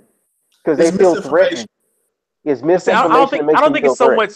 I don't think it's just the threatened part. I think it's the inability to express themselves, as you were just saying, that individual can't do. These individuals, in my opinion, they've been placed in a position where any type of prideful, outward prideful appearance comes off as racist. So let me ask you something. Do you believe that's true, though? Do you? Hold on. I'm asking this question. I don't. And this is the reason why, because it's not. But they're being told this. The same way black people are being told that they're oppressed is the same people that's telling them that they're being oppressed or gonna be. Is lies being told to everybody, and you got fools that's dumb enough to believe it. Hey Reggie, I'll throw another wrench in there. Because I'm assuming that when you're talking about showing, expressing white pride, you're talking about the Confederate flag or something of that nature, right? That's what I'm assuming. No. Yeah, that's not what that is. No. That's not what I was saying. What are you talking about? Like, what kind of outward expression are you talking about? Well, that's what I posed earlier. What type of outward expression? Nobody has it. You better show up on German Heritage Day and be glad that you're German. I don't know. I mean, Joe said his personality. Joe said just hey, I'm a chipper guy. Hey, basically that's his white pride. I don't know. I mean, Ned Flanders people who don't identify with the culture are nationalists. They think American. Yeah, you got to think. Just like it was two halves. It was North and I think American. What does the South? What does the South? I mean, the North, white, the South, Northern guys. How do they show their pride? Well, so let's go there. So when you talk about the American part, yes, and talk American. I love America, by the way. White pride being American, even in that aspect. No. I ain't saying that. Okay. I'm saying when you're talking about, it could be associated with it. No. When you just said most of those individuals will use America or American history as their prideful thing. That's right. Me too. Right. So if they're doing that, they're automatically going to be put into that racist void just because they're using things from America's history. No, that's not true. No, they're not. He's right. He's absolutely correct. The ignorant do that, Reggie. The ignorant. No, he's right. The ignorant say, oh, well, I'm proud to be an American. And the ignorant will say, no, you just proud to be white. Okay? Because it's a lot of people, it's a segment of Black America who seem to believe that they're not American. They really believe. I'm not one of them. I know you're not. But they really believe that they crazy. Like they'll say the Chinese blah blah blah. Well, guess what? China is a nation. And when they're talking about Chinese, they're talking about their culture and the nation that they're from. They're not talking about their race, because that shit means nothing to them. It's the same. Now in America, the mind screw is when you're white, you're Black, that's what it is. No, I get it. If I want to take Black nationalism and say I'm Black, I'm a Black American or African American or whatever I want to call myself, that's fine, but I'm an American, and the nation that I represent is America. And so I always use this term because somebody said, oh, well, when the Chinese come in, they work together. Well, damn it, if I go to China, I'm looking for the Americans. I don't give a damn what you look like. Am I lying? You like shit, we're the Americans. I will say that, and Judge has made a good point. When you say that, it's always a segregated thing when you're talking about Black pride or white pride, and it should be American pride. And I don't know anybody on this panel who would say that they're not proud to be an American.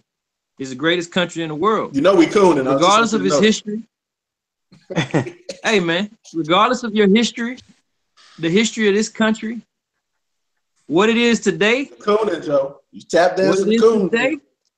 Let me say this though. Let me say this. My whole point in bringing all this up was to try to have a differing view. It ain't got nothing to do with my view. Oh yeah, we know. To bring up a differing view. Okay. But I will say that a lot of times we'll ask. We'll ask. Yeah, I know, right? We'll ask like, where are all the white people at when it comes to certain issues? When issues happens, we'll say, where the white people at? They ain't speaking up. Well, in my view, a lot of those individuals are afraid to speak up because they don't want to say anything that they view as prideful that comes off as racist. That's why they was quiet. That comes off as racist, though. They don't want it to be racist. Reggie. They talk about it. They don't talk about it in public. Guess what, Reggie? If you come off as racist, guess what you are? Exactly. You doing exactly what I'm saying that they're fearful of. Don't be scared if you're a racist. No, but see, that's what I'm saying. You scared? So we can't ask for an opinion, or we want them to speak up about issues. But then when they speak up about something and say it from their point of view, we automatically deem it as being racist. The only people that do that, I wouldn't say automatically. I think you're wrong using the word automatically and all that. I think we would probably initially jump to the assumption when they come to their defense on their point of view, and if we're open-minded enough to listen, which 9 times out of 10 we're not on both sides of the fence, when we get on those type of subjects, and neither one of us are trying to hear it at that point, but they do have a legitimate point from their perspective sometimes, and we have a legitimate point from our perspective, but they deem up as being whatever they deem us, and we deem them as being racist and power hungry, and that may not be the case for that particular individual. Now, maybe the whole group as a whole, through the legislation and power they have, that may be their agenda, but I don't know. But specific individuals, you can't put every individual in that whole bubble. You know what I'm saying? And he's not. He's not. He's right though. The ignorant among us will say, "Oh, you're being racist," just like the ignorant among us probably right now thinking we couldn't. Right. Because we haven't taken the extreme stance on things. We've intellectually discussing these things, and we're making decisions based on our realities, not somebody else's.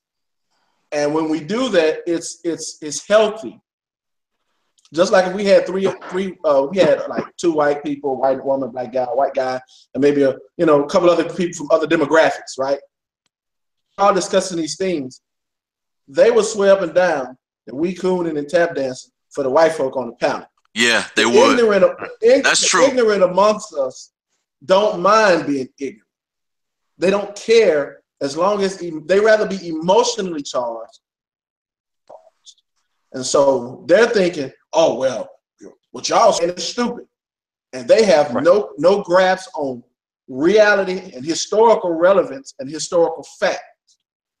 I can guarantee you. And I'm saying that. I can guarantee you, if we look in the group me right now,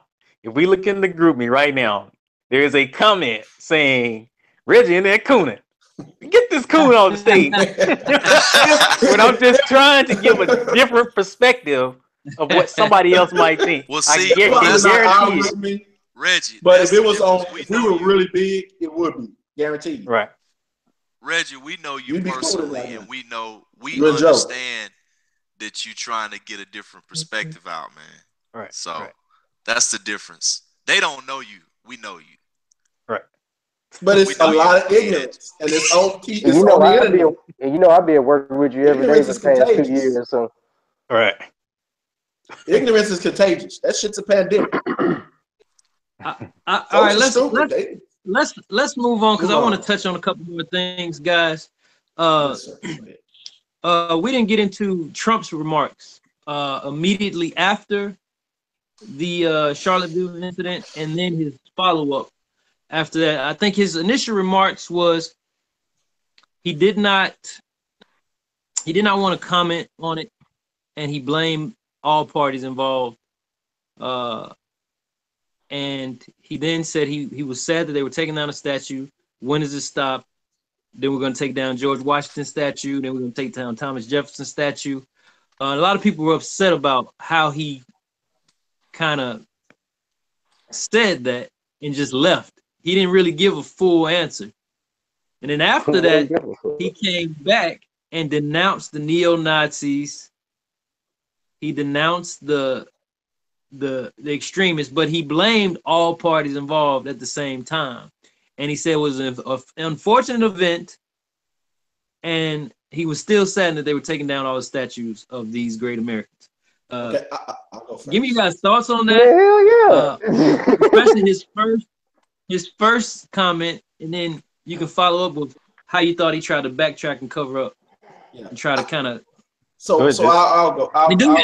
Wait. One more thing. Do you think Trump supports the white nationalists, the neo-Nazis, and those kind of extreme alt-left groups?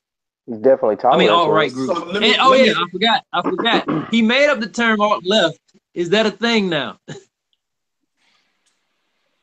That's a classic. That's classic diversion, man. Let me answer the first question. Go ahead, bro. All right. The last question you asked. Does he support them? There's a possibility, but the one thing I know that's more factual than that is that he knows that that's part of his base, that he knows he can count on their votes. And since he knows he can count on their votes, he has to make, and it came out for him. Remember, in his eyes and the majority of people, these people didn't vote a lot. They don't vote a lot. They came out and voted in droves. And if he wants to win, or the Republican Party wants to win again, they have to keep that group charged up to vote. Otherwise, they're going to lose every time. That's one. As far as his comments, I'll say this. I didn't have an issue with him condemning all individuals, whichever side you want to do, because I'm a libertarian. I'm in the middle. I give two flying fucks about the right and the left.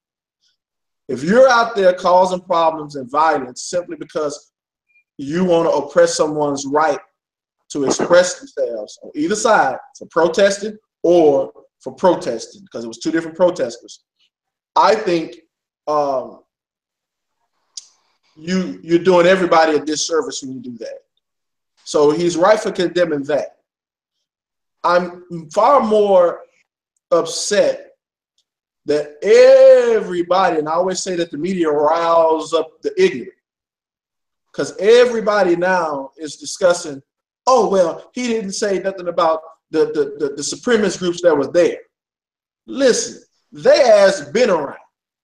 They was around last week, and they was around a month ago, and they was around a year ago, and they've been doing rallies all the time. So nobody's running, and nobody's running around condemning these groups. But now you need this to happen, and if it don't happen, now the media now has something. Now they can make headlines. Now they can run shit all over the place and say, "Oh, well, he's promoting them by not saying something." And now they're playing to the emotional and the ignorant. Listen, the emotional is we've got a bunch of shit that's been going on over the years, and it's a racial problem in America, and they're trying to spook motherfuckers. The only people who looking around like, what the fuck is wrong with both of y'all is everybody that's in the middle like, what's wrong with y'all? What y'all acting now? We got money, we got houses, we got food, what y'all doing? We got women, we got children. What y'all doing? Why y'all mad? You know, that's what we do. What y'all mad about? But the ignorant is going, he's right. He should have said something. And he's making it and blah, blah, blah. And yeah, he shouldn't have. Fuck all that. Well, that's exactly what Reggie for causing problems. Well, that's exactly what Reggie was saying, man. And I see that now. Now after that, Joe, you brought this up about the president's response about what he said. That's what I'm speaking to specifically. His initial response when he's talking about, it was on many sides. It was. When you talk to normal white people, as we're talking about the dude at work and stuff like that, if you were to get into an intimate conversation with them, that would generally be the direction of conversation most of them will probably go. You see what I'm saying? So therefore, if you would initially say, hey man, this dude's racist, but we automatically assume that of Trump, probably because of Trump's track record.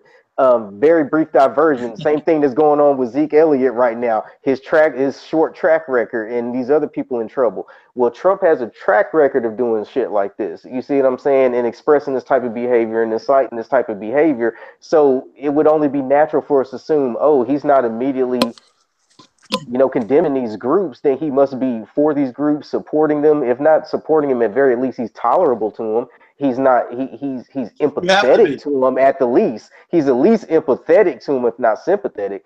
So therefore, either way, these things. Now that made me think about what Reggie said about the dude at work. You know what I'm saying? Because the dude at work is probably gonna say the same shit. To be honest with you. Yeah, absolutely. Like I said, I'm looking at it like both these grown adults shouldn't be down here fussing, fighting, and causing problems. Because like I said earlier, if you throwing cement cans at me, if you using blowtorches to hit me with a bat, I'm gonna run your ass over. I'm sorry. Because we done got to that point.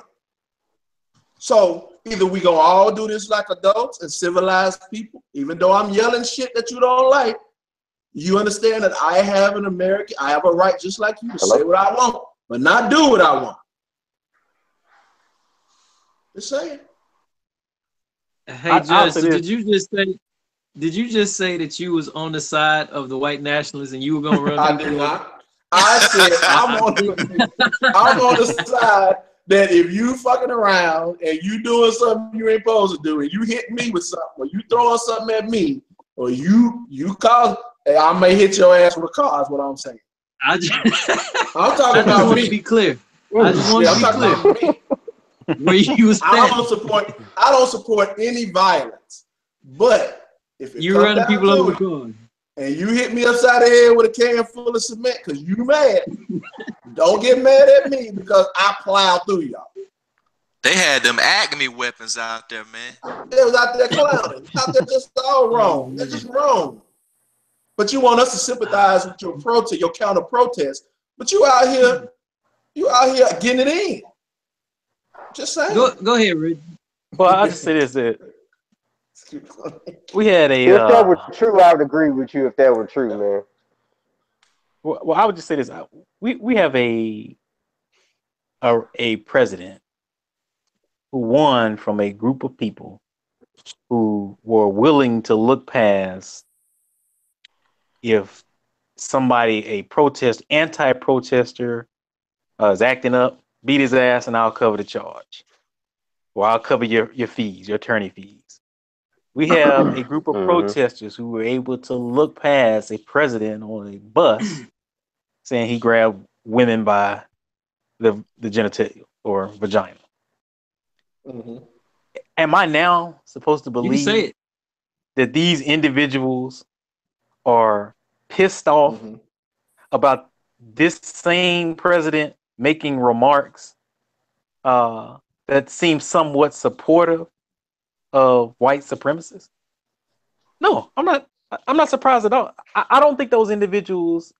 I think it's all BS. I call BS on the politicians coming out saying all this extra stuff about, uh, he should come out and say this. He should come out and say that. It's all BS, man. I don't think that there are people. I think that there is a large group of people who looked at what President Trump said and they agree 100% with what he said. I'm not saying that these individuals are racist people. I just think these individuals view what he said as the truth. No different than when uh, there is a issue of police brutality, and then you go to that same guy that you talked to at work, and you ask him, "Man, what do you think of the police brutality that happened last night?" And his response is, well, He should I have see he complied. should have complied. I see that there was some police brutality, but I also see that he should have complied. If he had just complied, but I mean, I think he would still be here today. So it's no Uh-huh. different to me. I don't think that I think that what Trump said was what Uh-huh. a lot of America was actually believing. And all this other stuff that people are trying to draw up as, oh man, all Americans should view it this way, all Americans should view it this way, is BS. It's complete BS, in my opinion. Mm. Jay, what you got? I like that. Bottom line, when you have, just like we've been saying on the entire show, you got an extreme right, extreme left.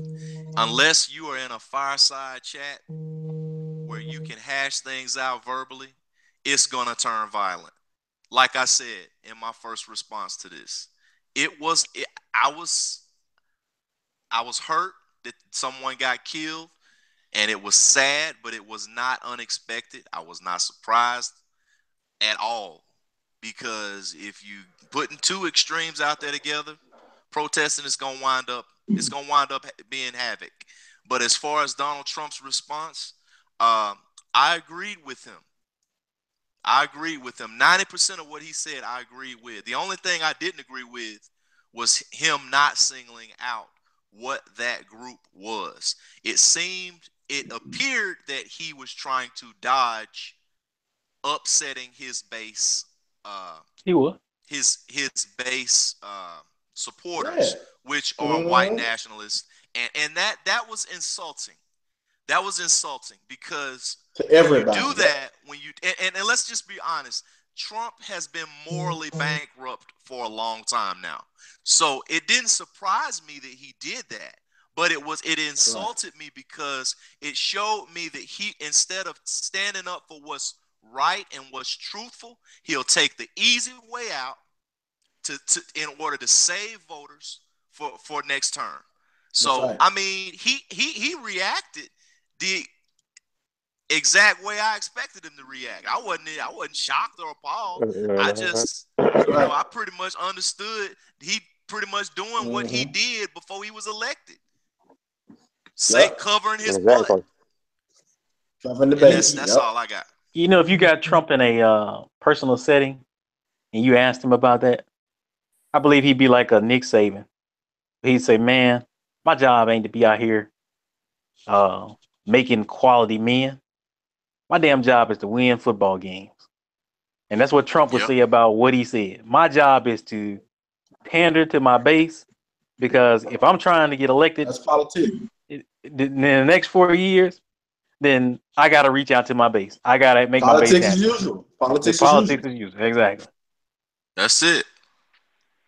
All right, guys. So let's touch on one thing real quick. I know we've been on for a while, so we're gonna wrap it up.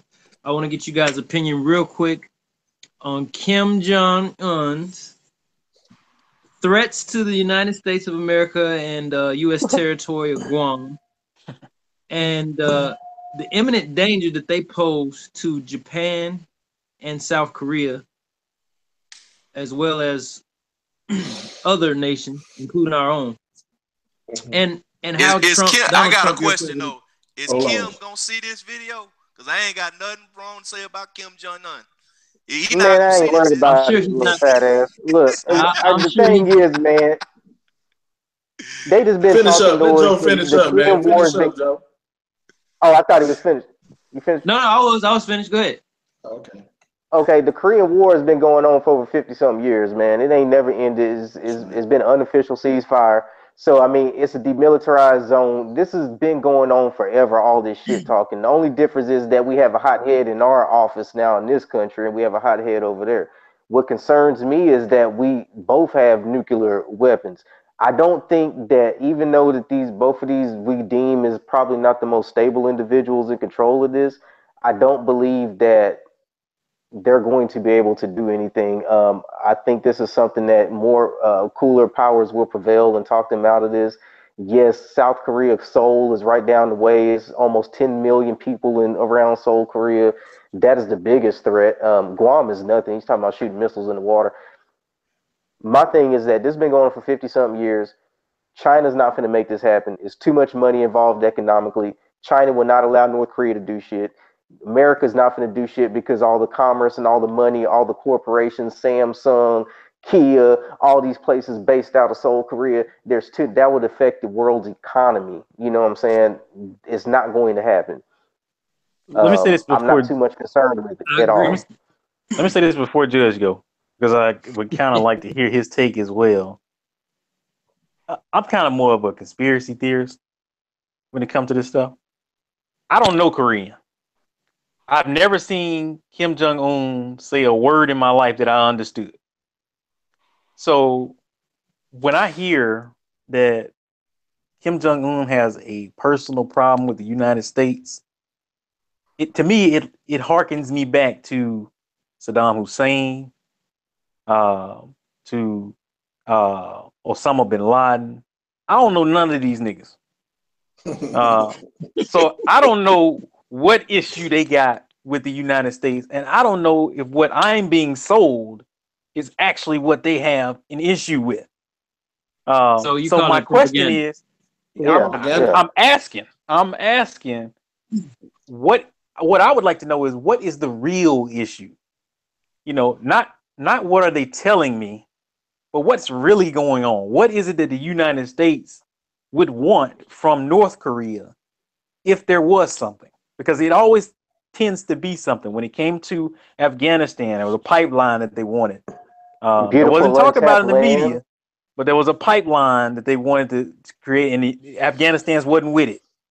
So I'm curious, what is it with North Korea that the United States actually would like, and if that's actually what's behind this, not some crazed individual just trying to blow shit up for just no damn reason.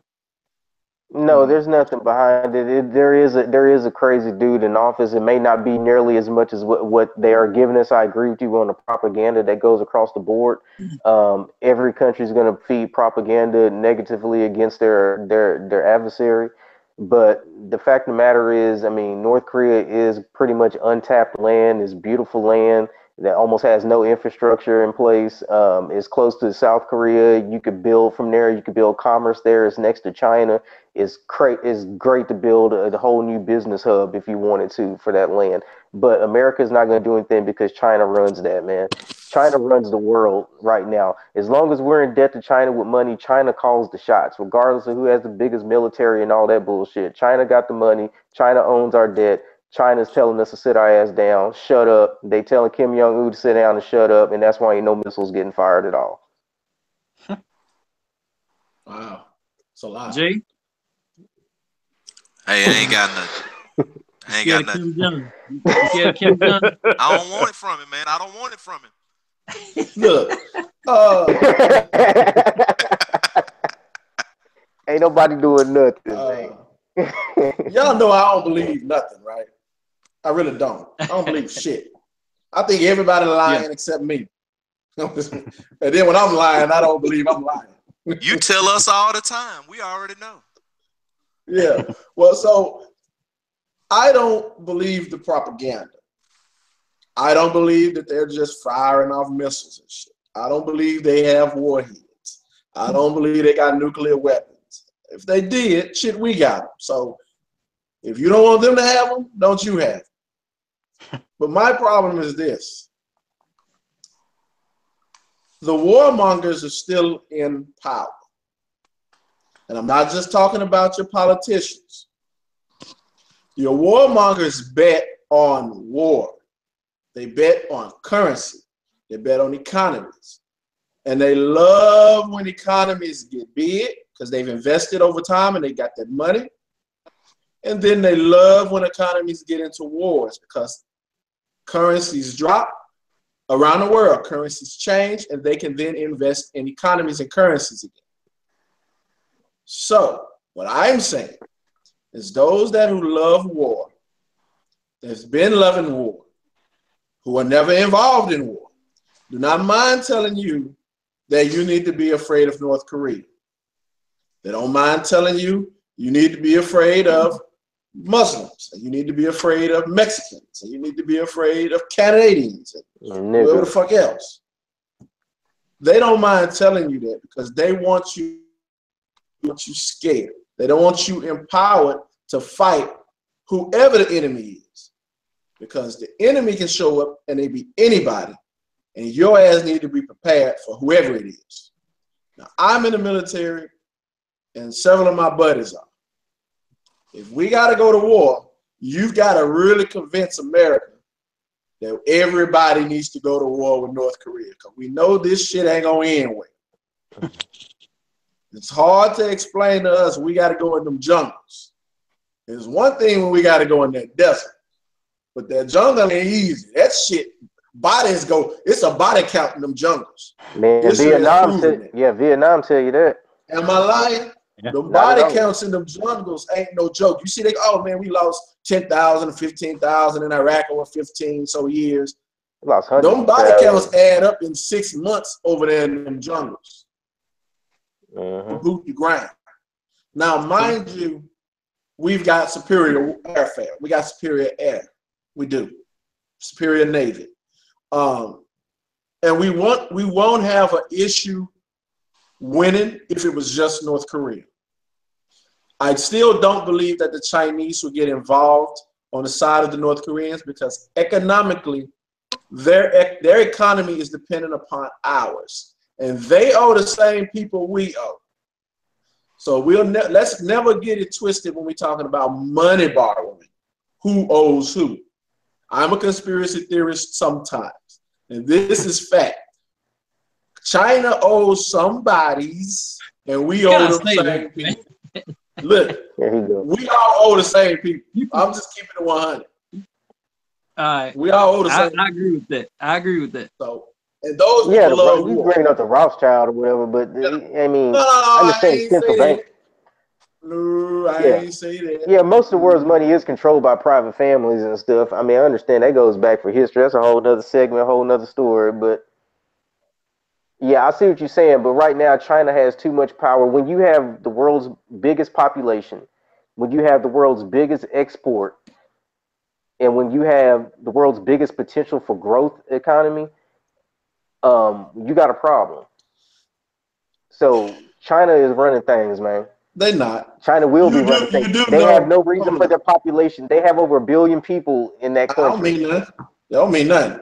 Do you know that the majority of the people in China are all consolidated to a small group of cities? Yeah. I wouldn't say the majority of the people, but a lot of people.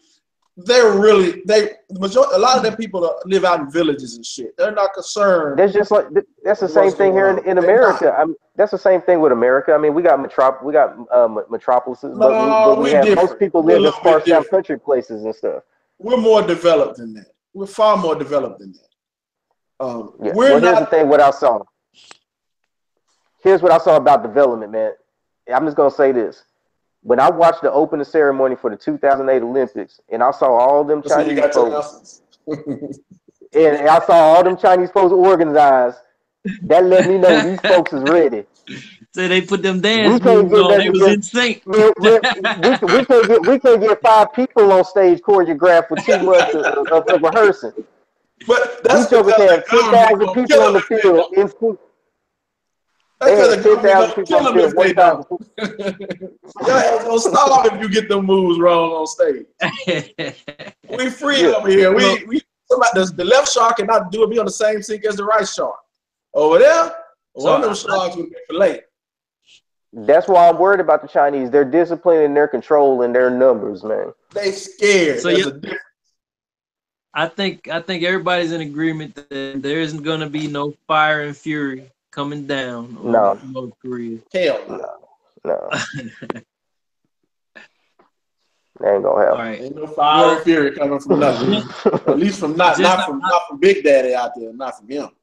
I'm gonna leave it open for any last remarks you guys want to make, or anything you want to shout out, or anything you want the people to look out for coming up. This has been going. I think we reached over 2 hours already. Excellent. It's been a while. It's good to be back, guys. We'll be back next week. So tune in, all our viewers. So I'll go down the line.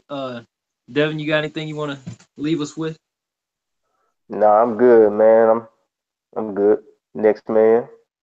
Rich. I will say that I think that we're definitely gonna do some adding, get some individuals with some different perspectives, maybe some different races.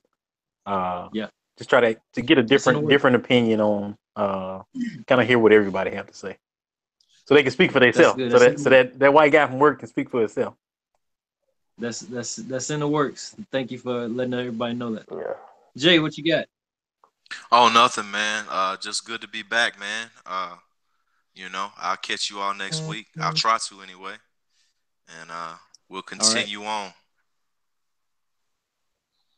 Judge, what you leaving us with? Yeah.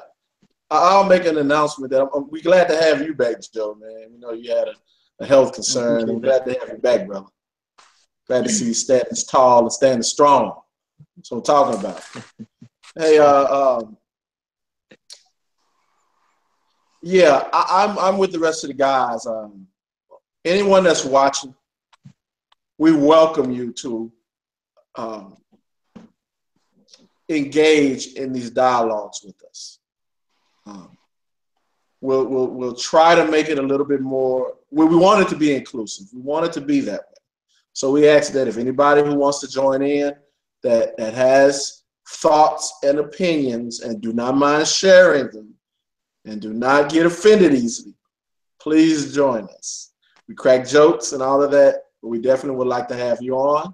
And if you got something that, you want something that we want to discuss that you think we should discuss, drop it in the comments. Let us know.